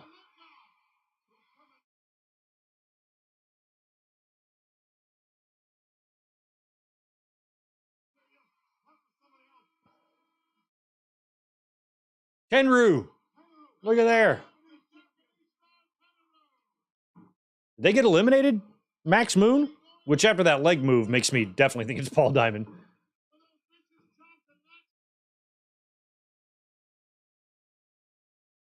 Tenryu. They'd throw him in there next year too, trying to get it. Wow, look at those chops. Jesus.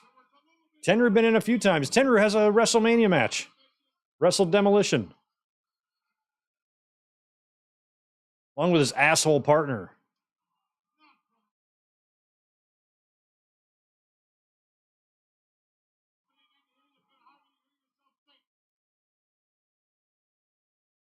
Virgil taking over Lawler.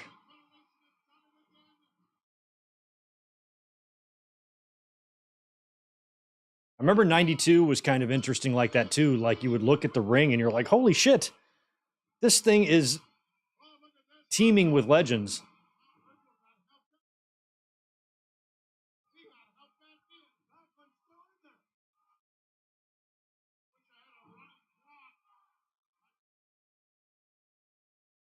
We need a reverse Royal Rumble.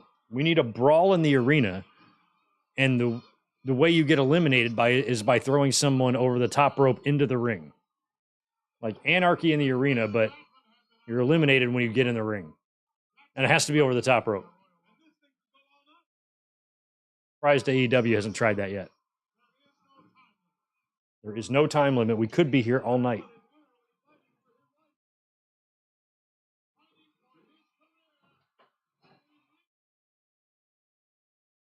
5, 4, 3, 2, 1. Who is it? Mr. Pro, and he's sprinting. Oh, no. This is so interesting. They have their match the next night, but it's already been filmed. Wow. Mr. Perfect looks so good here. So great to see him back in the ring. Back in shape.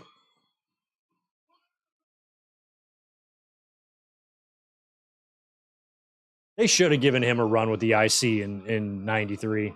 Mr. Perfect as a babyface. I thought it would have been fun. Oh, he missed his neck breaker.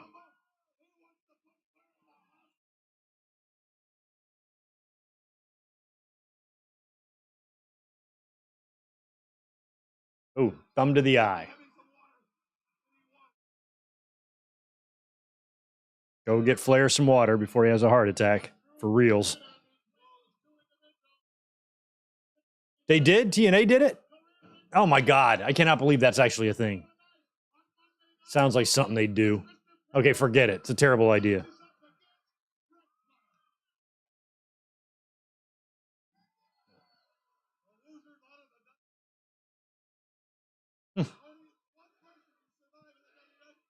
They're still bleeping out the WWFs.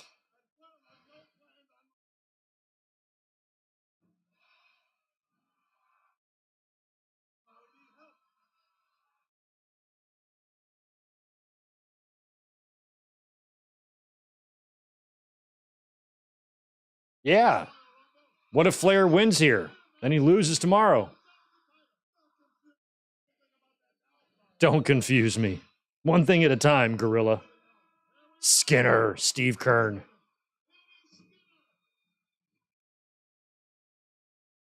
A stupid gimmick. They could have found something better for him.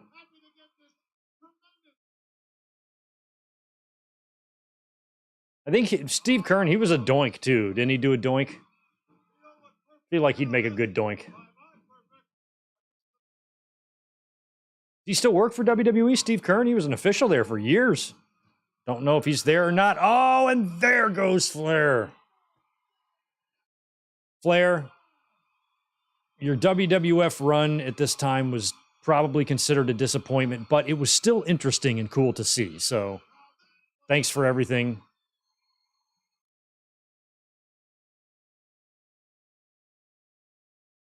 Have fun in WCW. That's not fair to Flair, and that is it for Flair. And the fans are like, wow, guess he ain't winning it this year.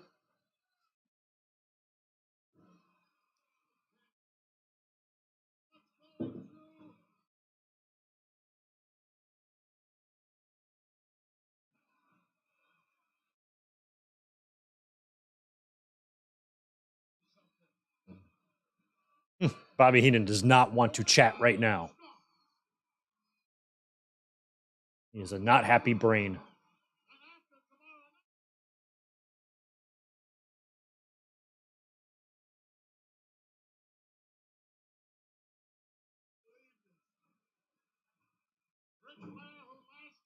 And Bob Backlund is still in there.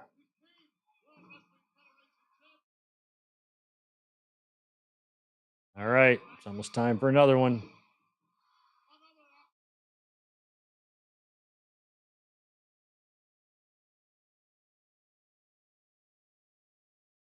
Oh, look at Coco. Oh, man, he's ready. Got his MC Hammer pants on, and he's too legit to quit.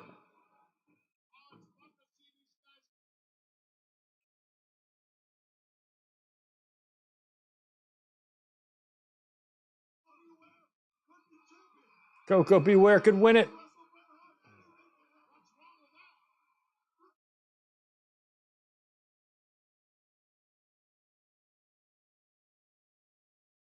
You got a whole lot of legends in that ring right now, along with Coco Beware and Virgil and Skinner.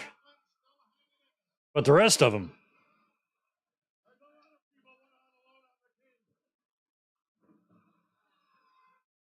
Actually, I take that back. Coco's a legend. Dude could sing. Nope, Skinner's going to skin the cat. Nice. Skinner is out there in Dockers. He wrestled in Dockers. I recognize the tag on the back. I wonder if they're cotton Dockers.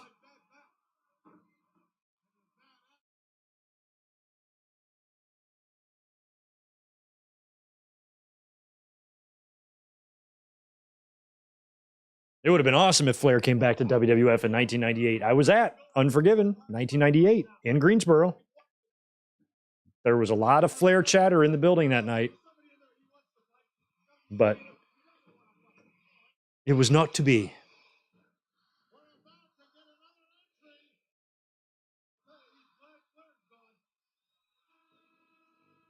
Oh, it's Samu being led by the hair by Afa.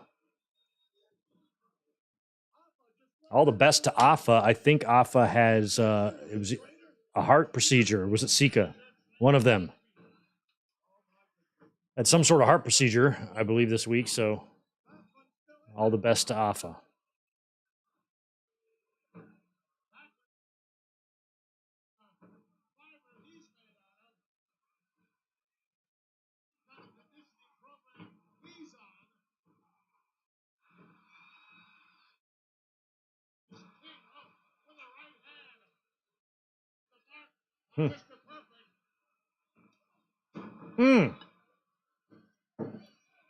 Big knee lift there to Virgil.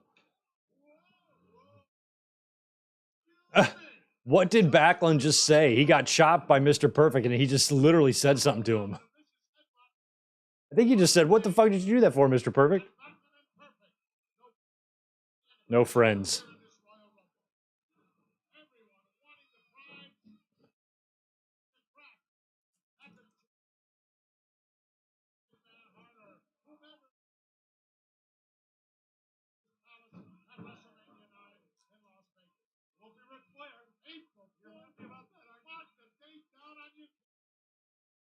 Virgil is still there, too. That's true. He's in there.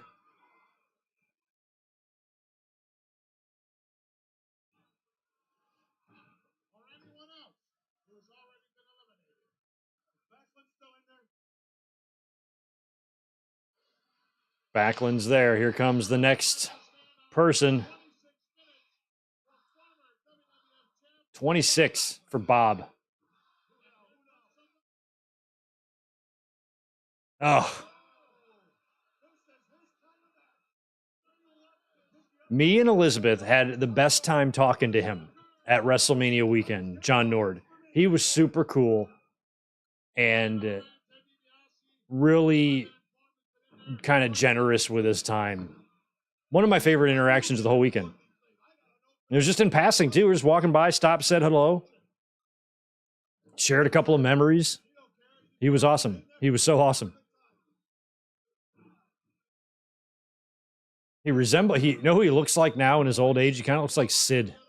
He looks like how Sid looks. You know how Sid looks in his old age? Nord looks a little like that now. Oh, and there goes Lawler. Wow, what a bump by Jerry Lawler. Oh, no, look at Perfect. Look at him hanging on fighting. Be a good match. DiBiase and Perfect. Give me some of that. Wow, look at that. Oh, my God. Oh, motherfucker. It's cool to see Perfect and Lawler because Lawler, if memory serves, look, they're still trying to get Perfect out.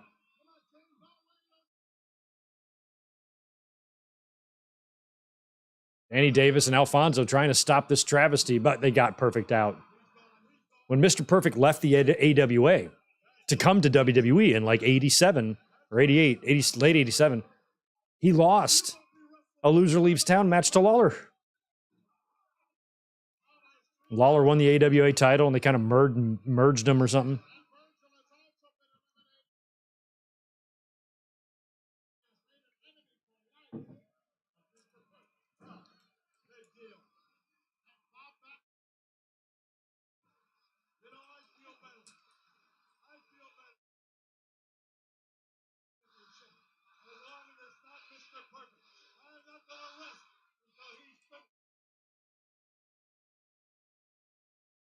Oh, no. I love how Lawler backs away. Fucking Paul Bearer. Even Perfect standing keeping his distance. By the time he gets to the ring, it'll be time for WrestleMania. The aisle weighs 10 yards. It's a fucking first down in football. That's all it is. Gray gloves Taker. Yep. I think that's why I associate 1994 with the color purple, is because that's when Taker went purple. Oh, Backlund's on the outside with Berserker getting worked over with a chair. Oh. I love that Stu and Helen, by the way, are still out there. Ooh. Jesus. Samu gone. Courtesy of the Undertaker. Berserker working over Backlund. This we're going to be coming up on when Undertaker is going to get a visitor.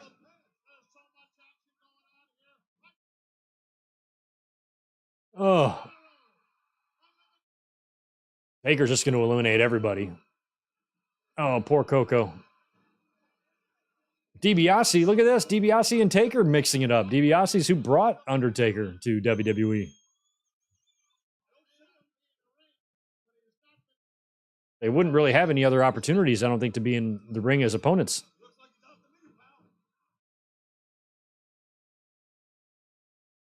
I am telling. Oh, yeah, that's right. Backlund, they did the thing on the outside so he could sell during the whole deal with Taker here and not get eliminated.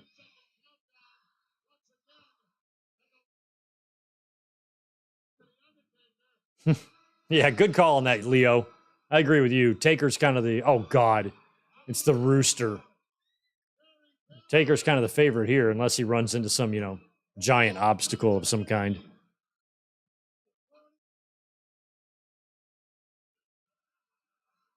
Terry Taylor is in there. What is he going to do about it? I like that he's terrific now. You're the Red Rooster, and everybody knows it. Oh, and dumped him over. Interesting to see Terry Taylor and Coco Beware mixing it up. Two people who have the honor of wrestling Bobby the Brain Heenan at WrestleMania. Choke slam to Teddy. He's gone. He's about to be gone. Bye, Ted. Chris Ludek's got 10 for me. It's Berserker and Undertaker here. Oh, shit, and I'm missing another one?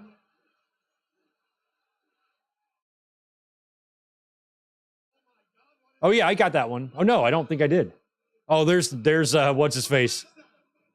Oh, yeah, I got to get to those, Chris. First, we have to watch Giant Gonzalez. And here's a fun story about this. Remember how I said I was watching it about on Scrambled? I knew instantly who they were talking about. Look at this. Look at that look. The way Gorilla and Bobby are like, look at the size of him. He's got to be at least 8 feet tall. I'm like, it's El Gigante. It's El Gigante from WCW. And then when I found out on the next TVs that I was right, I'm like, I knew it. Because I couldn't think of anybody that would resemble the way Gorilla and Bobby are describing. There's Undertaker taking one step closer. Why are you wearing fur and a muscle body airbrush suit?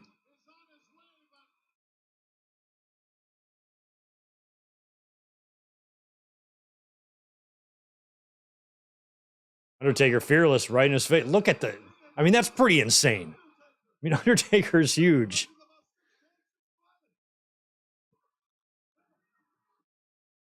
And they would just do the same thing again years later with Great Khali and there's Undertaker eliminated.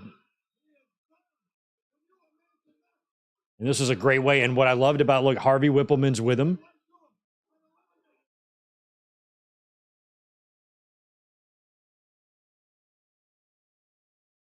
Right in front of Stu and Helen.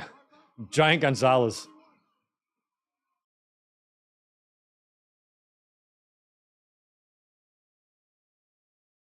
Damian Demento's out there.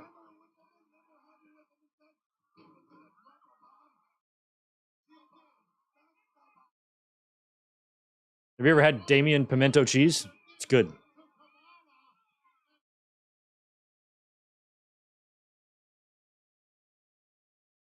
Yeah, Harvey was upset about the Kamala stuff, and guess that's the purpose of Gonzalez being here.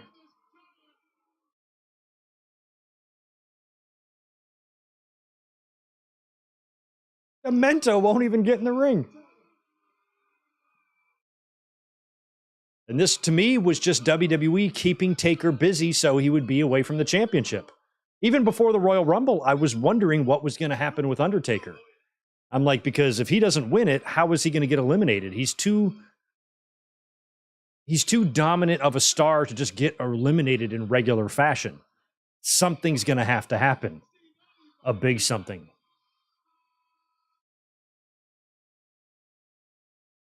Look at Irwin. Irwin's like, I'm just going to take the wide shot, and look at how big he is. He's almost as tall as the ring post.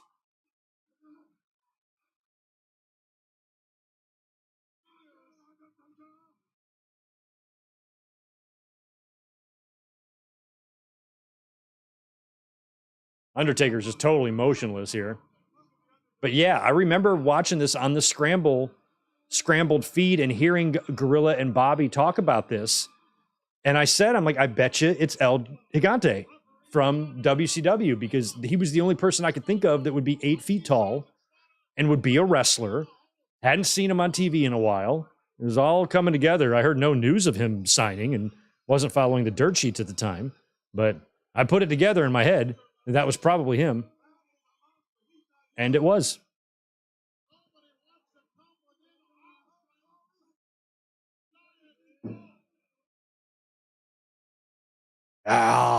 Chris, I owe you some responses, but earlier you left one about Lex Luger that I missed because I don't know what I was doing. But that was way earlier, and it was for $5. Thank you. Oh, there's everybody else is back in the ring now. Demento and IRS working over Bob, and Taker's trying to get up. There was a show called Superboy where Lex Luger guest starred as an evil Superman. Why wouldn't he play Lex Luthor? Good question. I wonder what year that was. Because if it was like in the mid to late 90s or early to mid 90s, Luger kind of did look like a superhero, so they might have wanted him to be a babyface. That's interesting, though.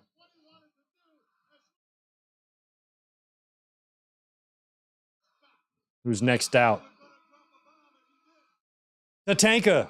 The Vanishing American. Right on. And Chris, you got 10 more for me from earlier. I thought of you while doing jiu-jitsu today, and I grappled a bigger guy wearing a Trump 2024 rash guard, and I swept him and took his back for a chokeout. Also, did you get my Lex Luger super chat? I just did. That's awesome. I don't watch UFC. I just don't like it, really. But I know that MAGA fucker had a fight last night, and of course, he completely embarrassed himself and then acted like he won. Shocker, huh? Sat right there and got his ass beat right in front of his orange Jesus, sitting right there in the front row. His orange criminal Jesus. He does. And now Taker kind of wobbles off, and it took a lot from Paul Bearer to get him to rise up. That strange animal. And that was what WWE was doing at the time. If you notice back then, Taker was always wrapped up or tied up with some sort of fucking monster. A Kamala, a giant Gonzalez, a King Kong Bundy, King Mabel, and Kama, the Supreme Fighting Machine. He was always just doing shit. People stealing his urn and melting it down and just random stuff, whatever they could think of to keep him away from the championship. Because he's an unbeatable star, so you would start wondering why he's not getting title shots. It's because he was busy facing guys like Giant Gonzalez in airbrushed muscle suits and moose hair. Or animal fur. All right, who's next to join the fray here?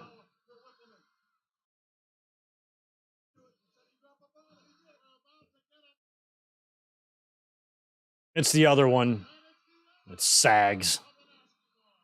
Which last name would you guys prefer? Knobs or Sags? They both equally suck, but they're both equally funny. Sags.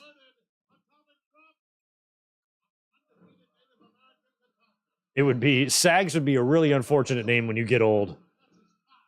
Imagine being 65 years old. What's your last name? Sags? Well, that fits.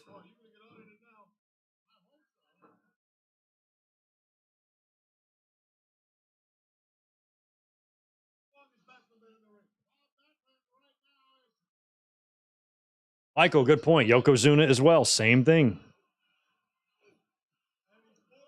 Man, I want to apologize to Mike Witt, who has just DM'd me.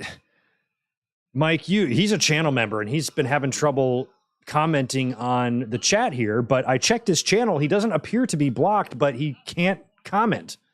I've done everything I could on my end. I can't figure it out. I mean, your account is a pretty old account, Mike, so I don't want to say something. I mean, I don't want to say something inconsiderate, like just start another account. But if you chose to do that, I will try my best to protect you and tell the mods, not to mute you or anything like that. But I don't understand what the hell's going on with that. I'm really sorry, Mike, if you're watching. I don't know what else to do at this point.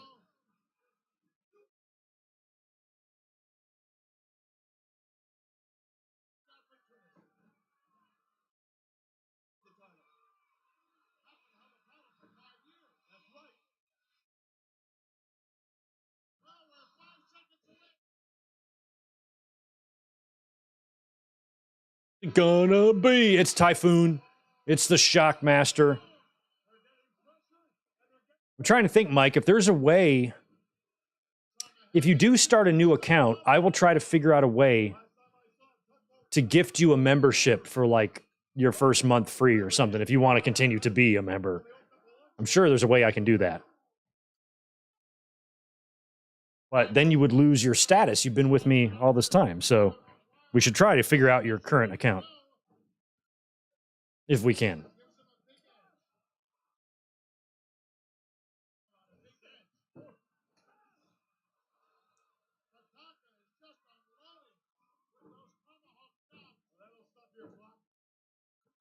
It's kind of a reset here after Gonzalez came and wiped everybody out.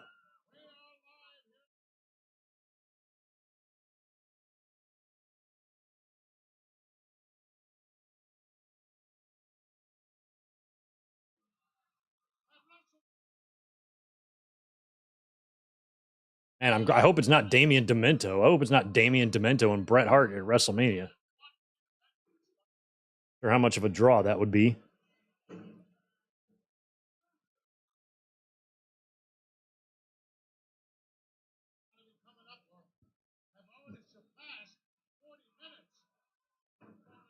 Hmm.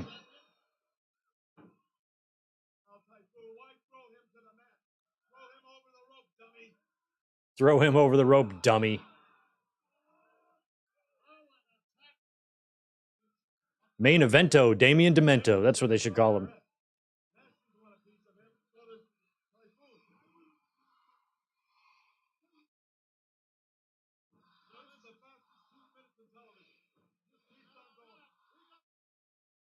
Who is it? It's the other one. It's Rikishi. He's here to make a change. Or to give you a stink face. Or to eat a raw chicken. Could be anything. Or to dance. There's lots he could do. Ooh, good kick.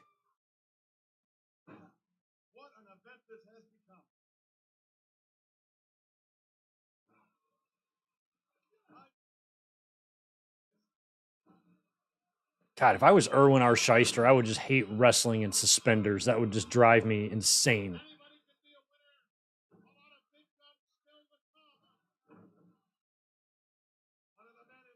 Oof.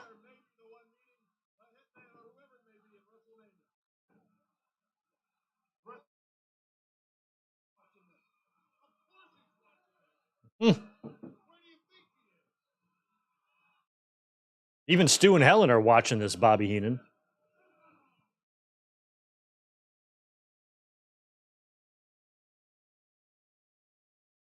Oh, yeah, the Sultan. He could be sultaning things, too. So many things he's done. Rikishi. I'll always call him Rikishi. Good fat, too.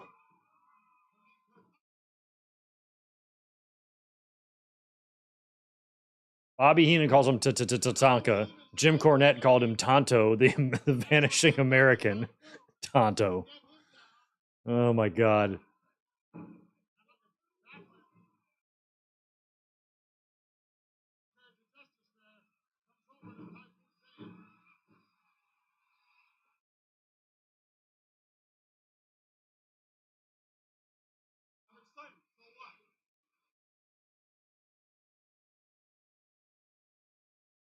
Earthquake. I love how Bobby Heenan, he's over Ric Flair. He's just cutting jokes. Is that the horn, or is that you blowing your nose? Like, he's not even mad anymore?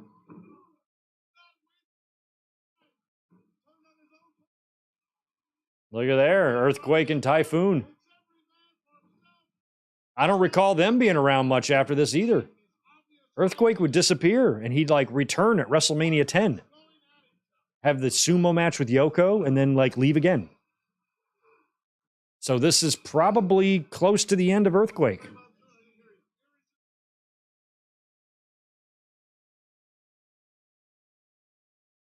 It's just Tugboat versus Earthquake. It's not that big a deal. Just Shockmaster versus Golga. That's all. Ain't no big thing.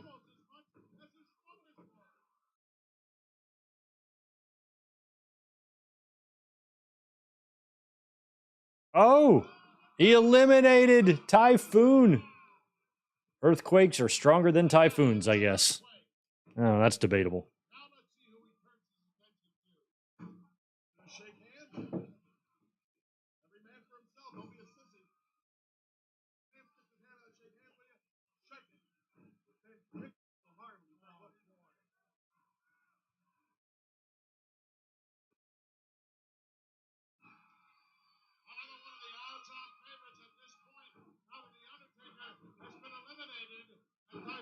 Yeah.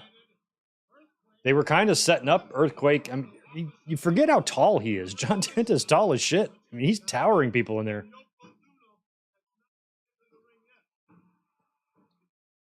I'm surprised Earthquake never feuded with Undertaker. I don't recall them having a match before.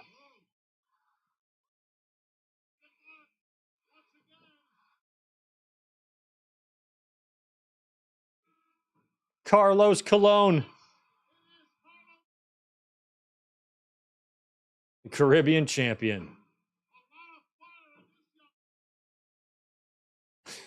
A lot of fire in this youngster. He's probably the same age, if not older, than Bob Backlund at this time. Let's look up Carlos. Let's look up this youngster's age, shall we?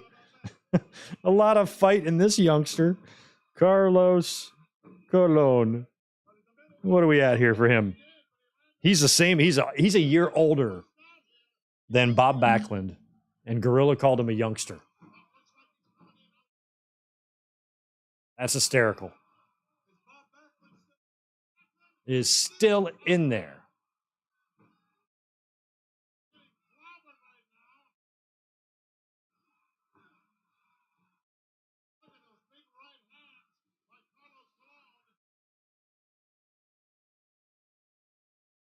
Right into the kisser. There goes Demento over the top rope.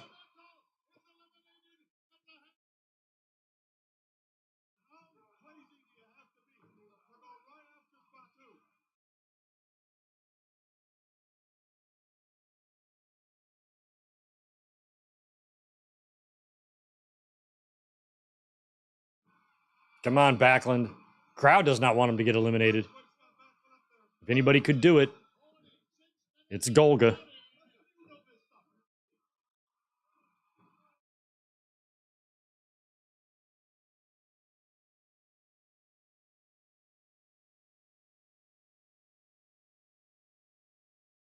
He looks like Trevette from Walker, Texas Ranger.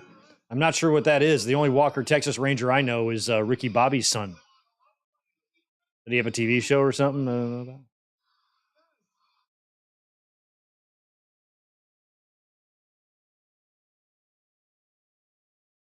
Tito! Not you, buddy. Not you, buddy. The other Tito. I remember always catching like the last 90 seconds of Walker, Texas Ranger on all of my Monday Night Raw tapes. You'll always get the end of the show.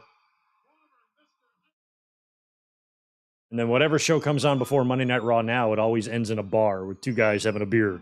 Yeah, talk about the times we had in this episode. He did throw himself out. Bye, Fat Two. Sorry, bro. Don't worry. You're about 7 years away from getting jiggy with it in the ring.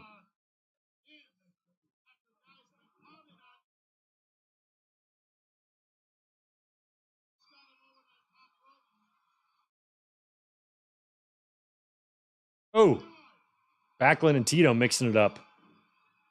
Thank you for the $10, CR Music Videos and channel member. Why do I not know who you are? I usually recognize most of my channel members.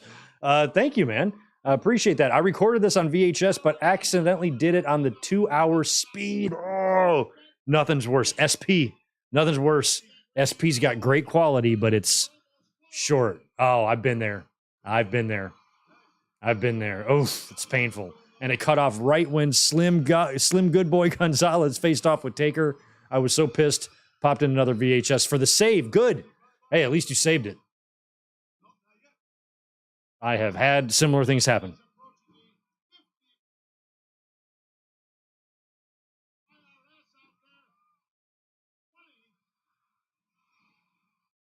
I would record on LP mode for pay-per-views because SP wouldn't be enough to fit it, but LP mode would. Oh, but then when I started taping the pre-shows, that's Ricky Martel. When I started taping the pre-shows first, then I had to go to 6-hour tapes. And then they came out with 8-hour tapes, and I started buying those, and I would record 3 episodes of Monday Night Raw per 8-hour tape. And that's how I did a lot of my recording. I had a whole setup for it, but that's a fun story. Hey, at least you ordered this. I had to watch it on a scrambled feed. Oh, IRS and Earthquake, down goes Irwin, eliminated. We got Strike Force battling in the corner. We got Tonto, we got Carlos Colon and Sags in the other corner. Bob Backlund is still in there, along with the giant Earthquake.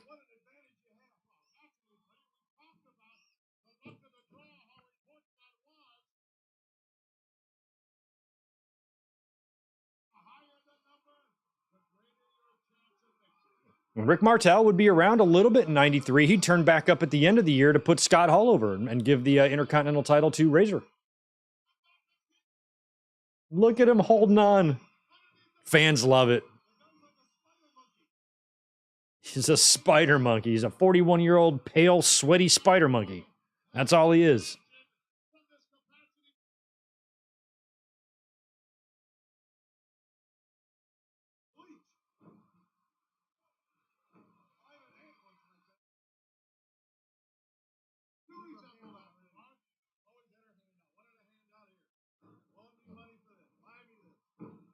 Oh, I'm fascinated with second generation or kids with a pro wrestler parent because of the experiences they've probably had, the people they've probably met. It's pretty cool.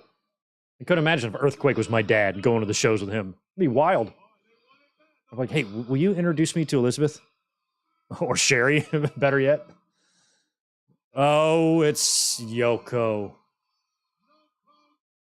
Not here to break up Beatles, here to win Royal Rumbles.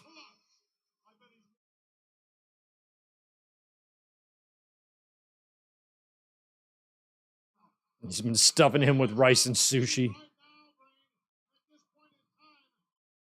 Is that going to make you a more formidable opponent? Just stuffing your face. Look at Jack Doan's hair. God, dude. Fuck. What were we thinking back then? Look at that. Look at his ass. The bottom part of his thighs are like a second. He like has two asses. Yokozuna is so big he has two asses. A big ass on top and then a smaller second ass growing from the bottom. That's it for Tatanka. Goodbye. Still undefeated at this point, right?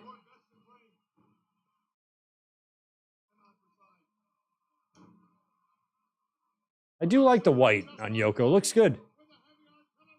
Goodbye, Carlos Colon. Nope. That's for Bruiser Brody. Look at this. Point.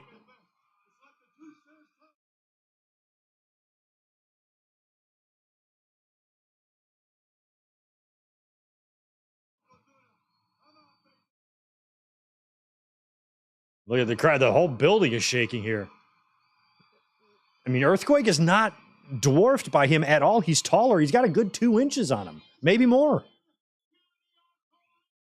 Probably 2 is fair.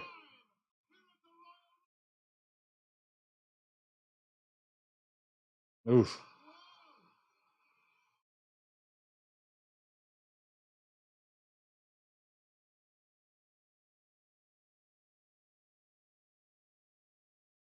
Look at Owen. Excuse me, former tag team partner or future tag team partner Yokozuna while I go attack Skinner or whoever's over there. Knobs, Sags. That's right. Yoko never got knocked off his feet, really. It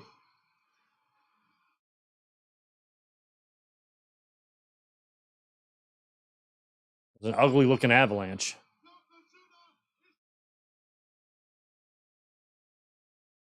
Oh, missed. Wow. Belly to bellied him over the top rope. Impressive.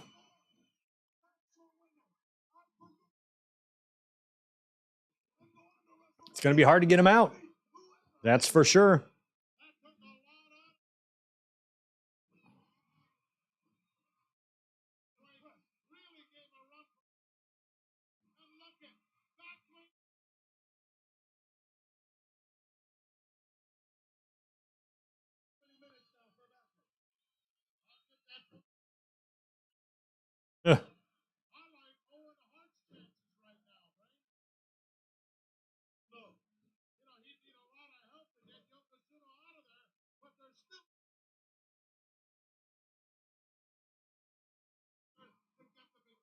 Thank you for that, CR Music Videos. Thanks for another 10 there. This is my first super chat. I don't interact much, just enjoy watching your content. Oh, why didn't we get a Doink vs. Taker match or feud?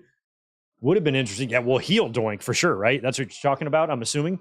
Heel Doink and Undertaker would have been interesting because Doink would have had a different approach for sure. And might have been a little bit impervious to the mind games. You know, he's got mind games of his own. Would have been interesting. I would have liked to see him. Would sure as hell make a good comic book because he could be like the Joker. Oh, Repo. You know, I feel like heel Doink, you know, could have morphed into something that, you know, Heath Ledger was, or, you know, even Joaquin Phoenix. Not sure if something like that would work today. It probably would.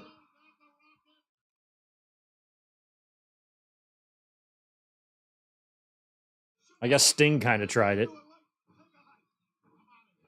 Good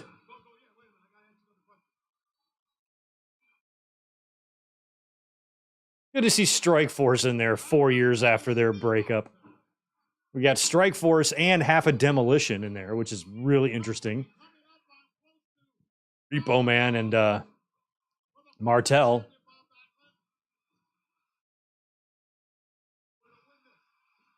Uh-oh. Yeah, if Owen Hart wins, that's who I'm rooting for. He could face Bret at WrestleMania, but he'd be 1 year early. There they go. They're going for it. This is their one chance. One chance to get Yoko. It's do or die, guys. You don't get him out here. Look at Backlund trying to help. I remember that shot from my WWF magazine. That shot of all of them trying to get him out.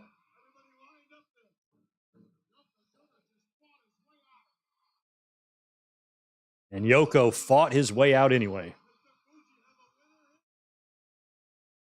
Smitty, Savage is here. Savage is this Royal Rumble's runner-up.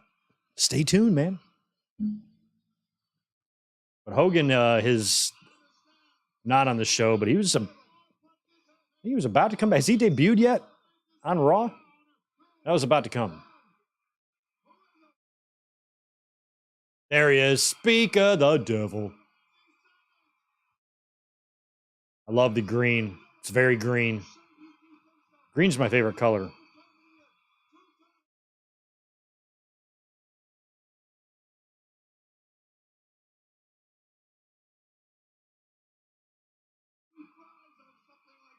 Hmm.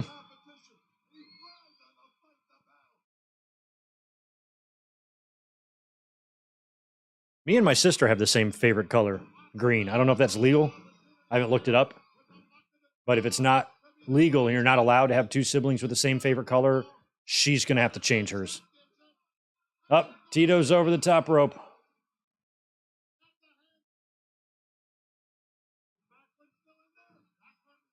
Backlund is still in there.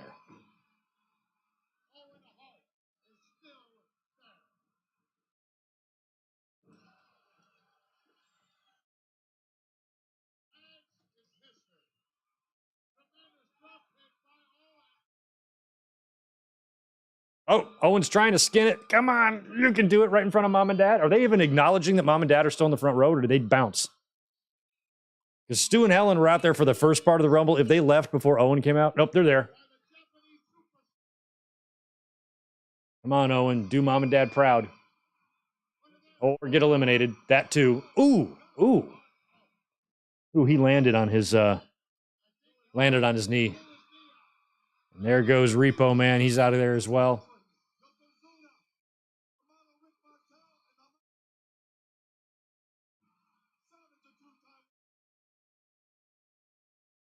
This is it. Savage, Yoko, Martel, and Backlund.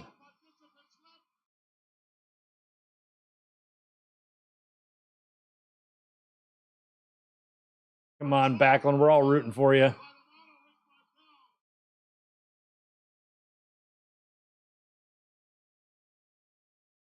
I like everybody. Savage, Martel, Backlund, Yoko. Fan of all of them. Backlund was the first WWE champion I remember.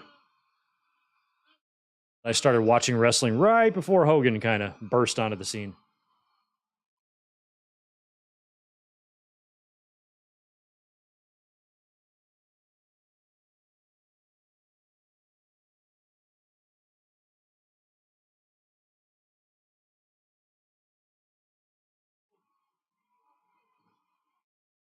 Oh, no.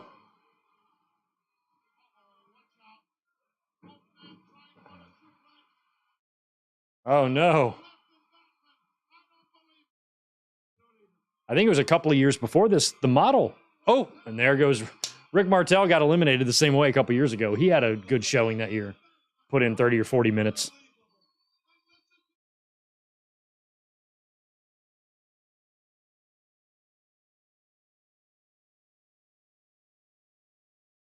Oh, Mike Witt, good to see you, man. We're going to work on getting you membered up, okay?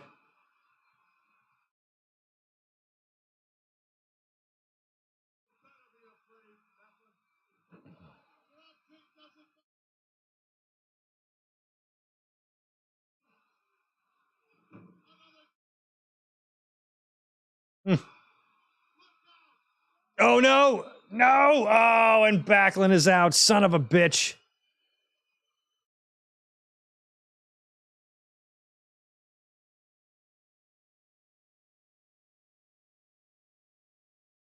Fans did not like that either.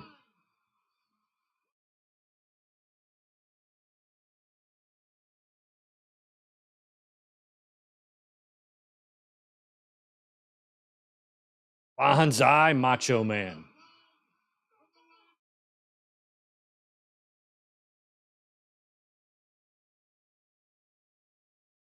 Yoko's out there. Or I'm sorry, Fuji's out there with the flag. He hadn't even shaved his head completely yet. He hadn't gone full good mic work yet.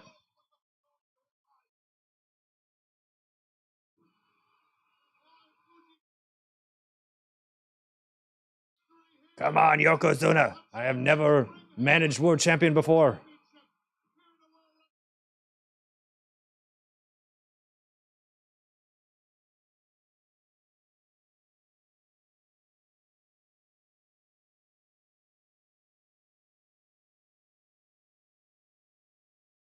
Savage.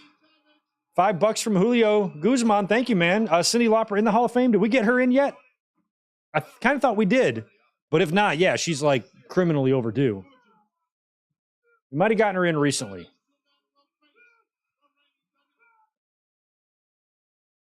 But she needs to be a part of that Celebrity Wing faux show.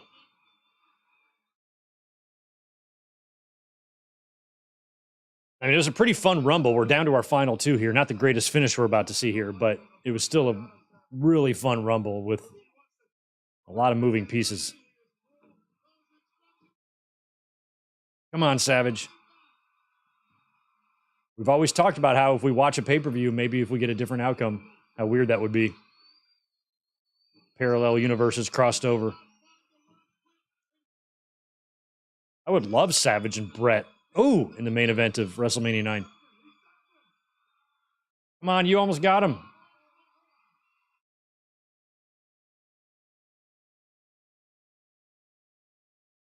Careful, Savage.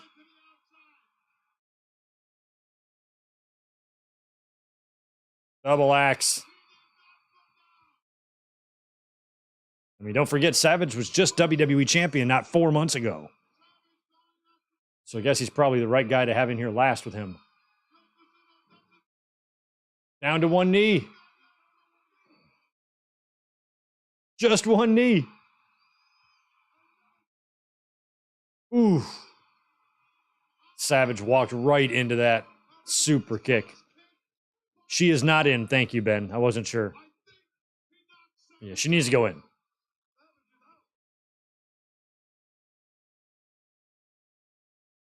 Belly to belly. Oh. Jesus.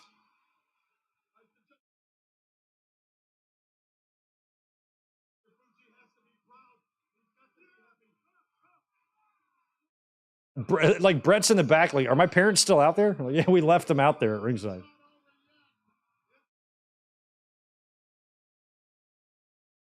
Oh, that leg drop is so scary.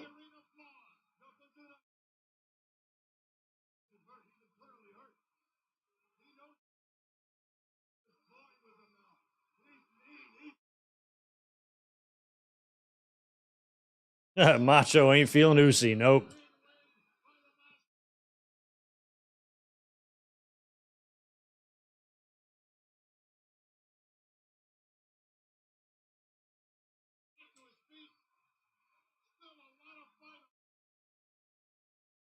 Come on, Savage. You can do it. You can do it.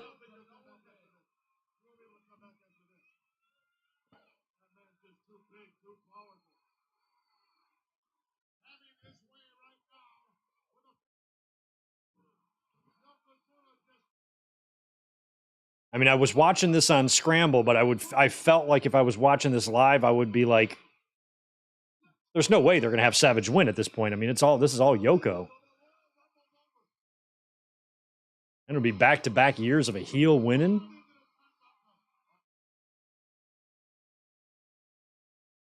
Ugh.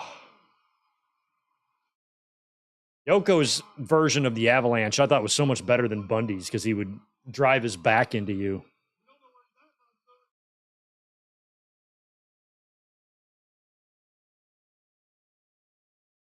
Oh.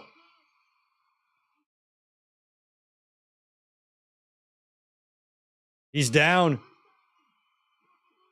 Savage hits the elbow in a really weird, awkward position. 1, 2. Oh. I mean, they obviously planned to do that, but it just makes Savage look dumb. The fact that he went for the cover. And it's not like he even landed on him either. Like, it's not like he landed on him and then Yoko threw him off. He landed on him, got up, and then actively went for the cover.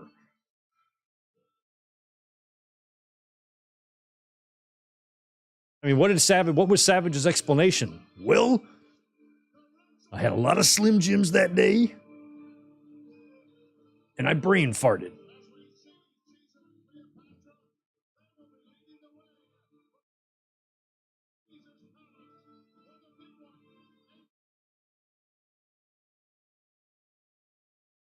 What has Yoko got? Does he got like a check? Pay me now. I don't want no direct deposit. I want to be handed the check after the match. This isn't even Yoko's music. It's like the WrestleMania 9 Caesar music. That Caesar, though, he does, you know, if you're a scholar of history like me, he makes a damn fine salad, you know?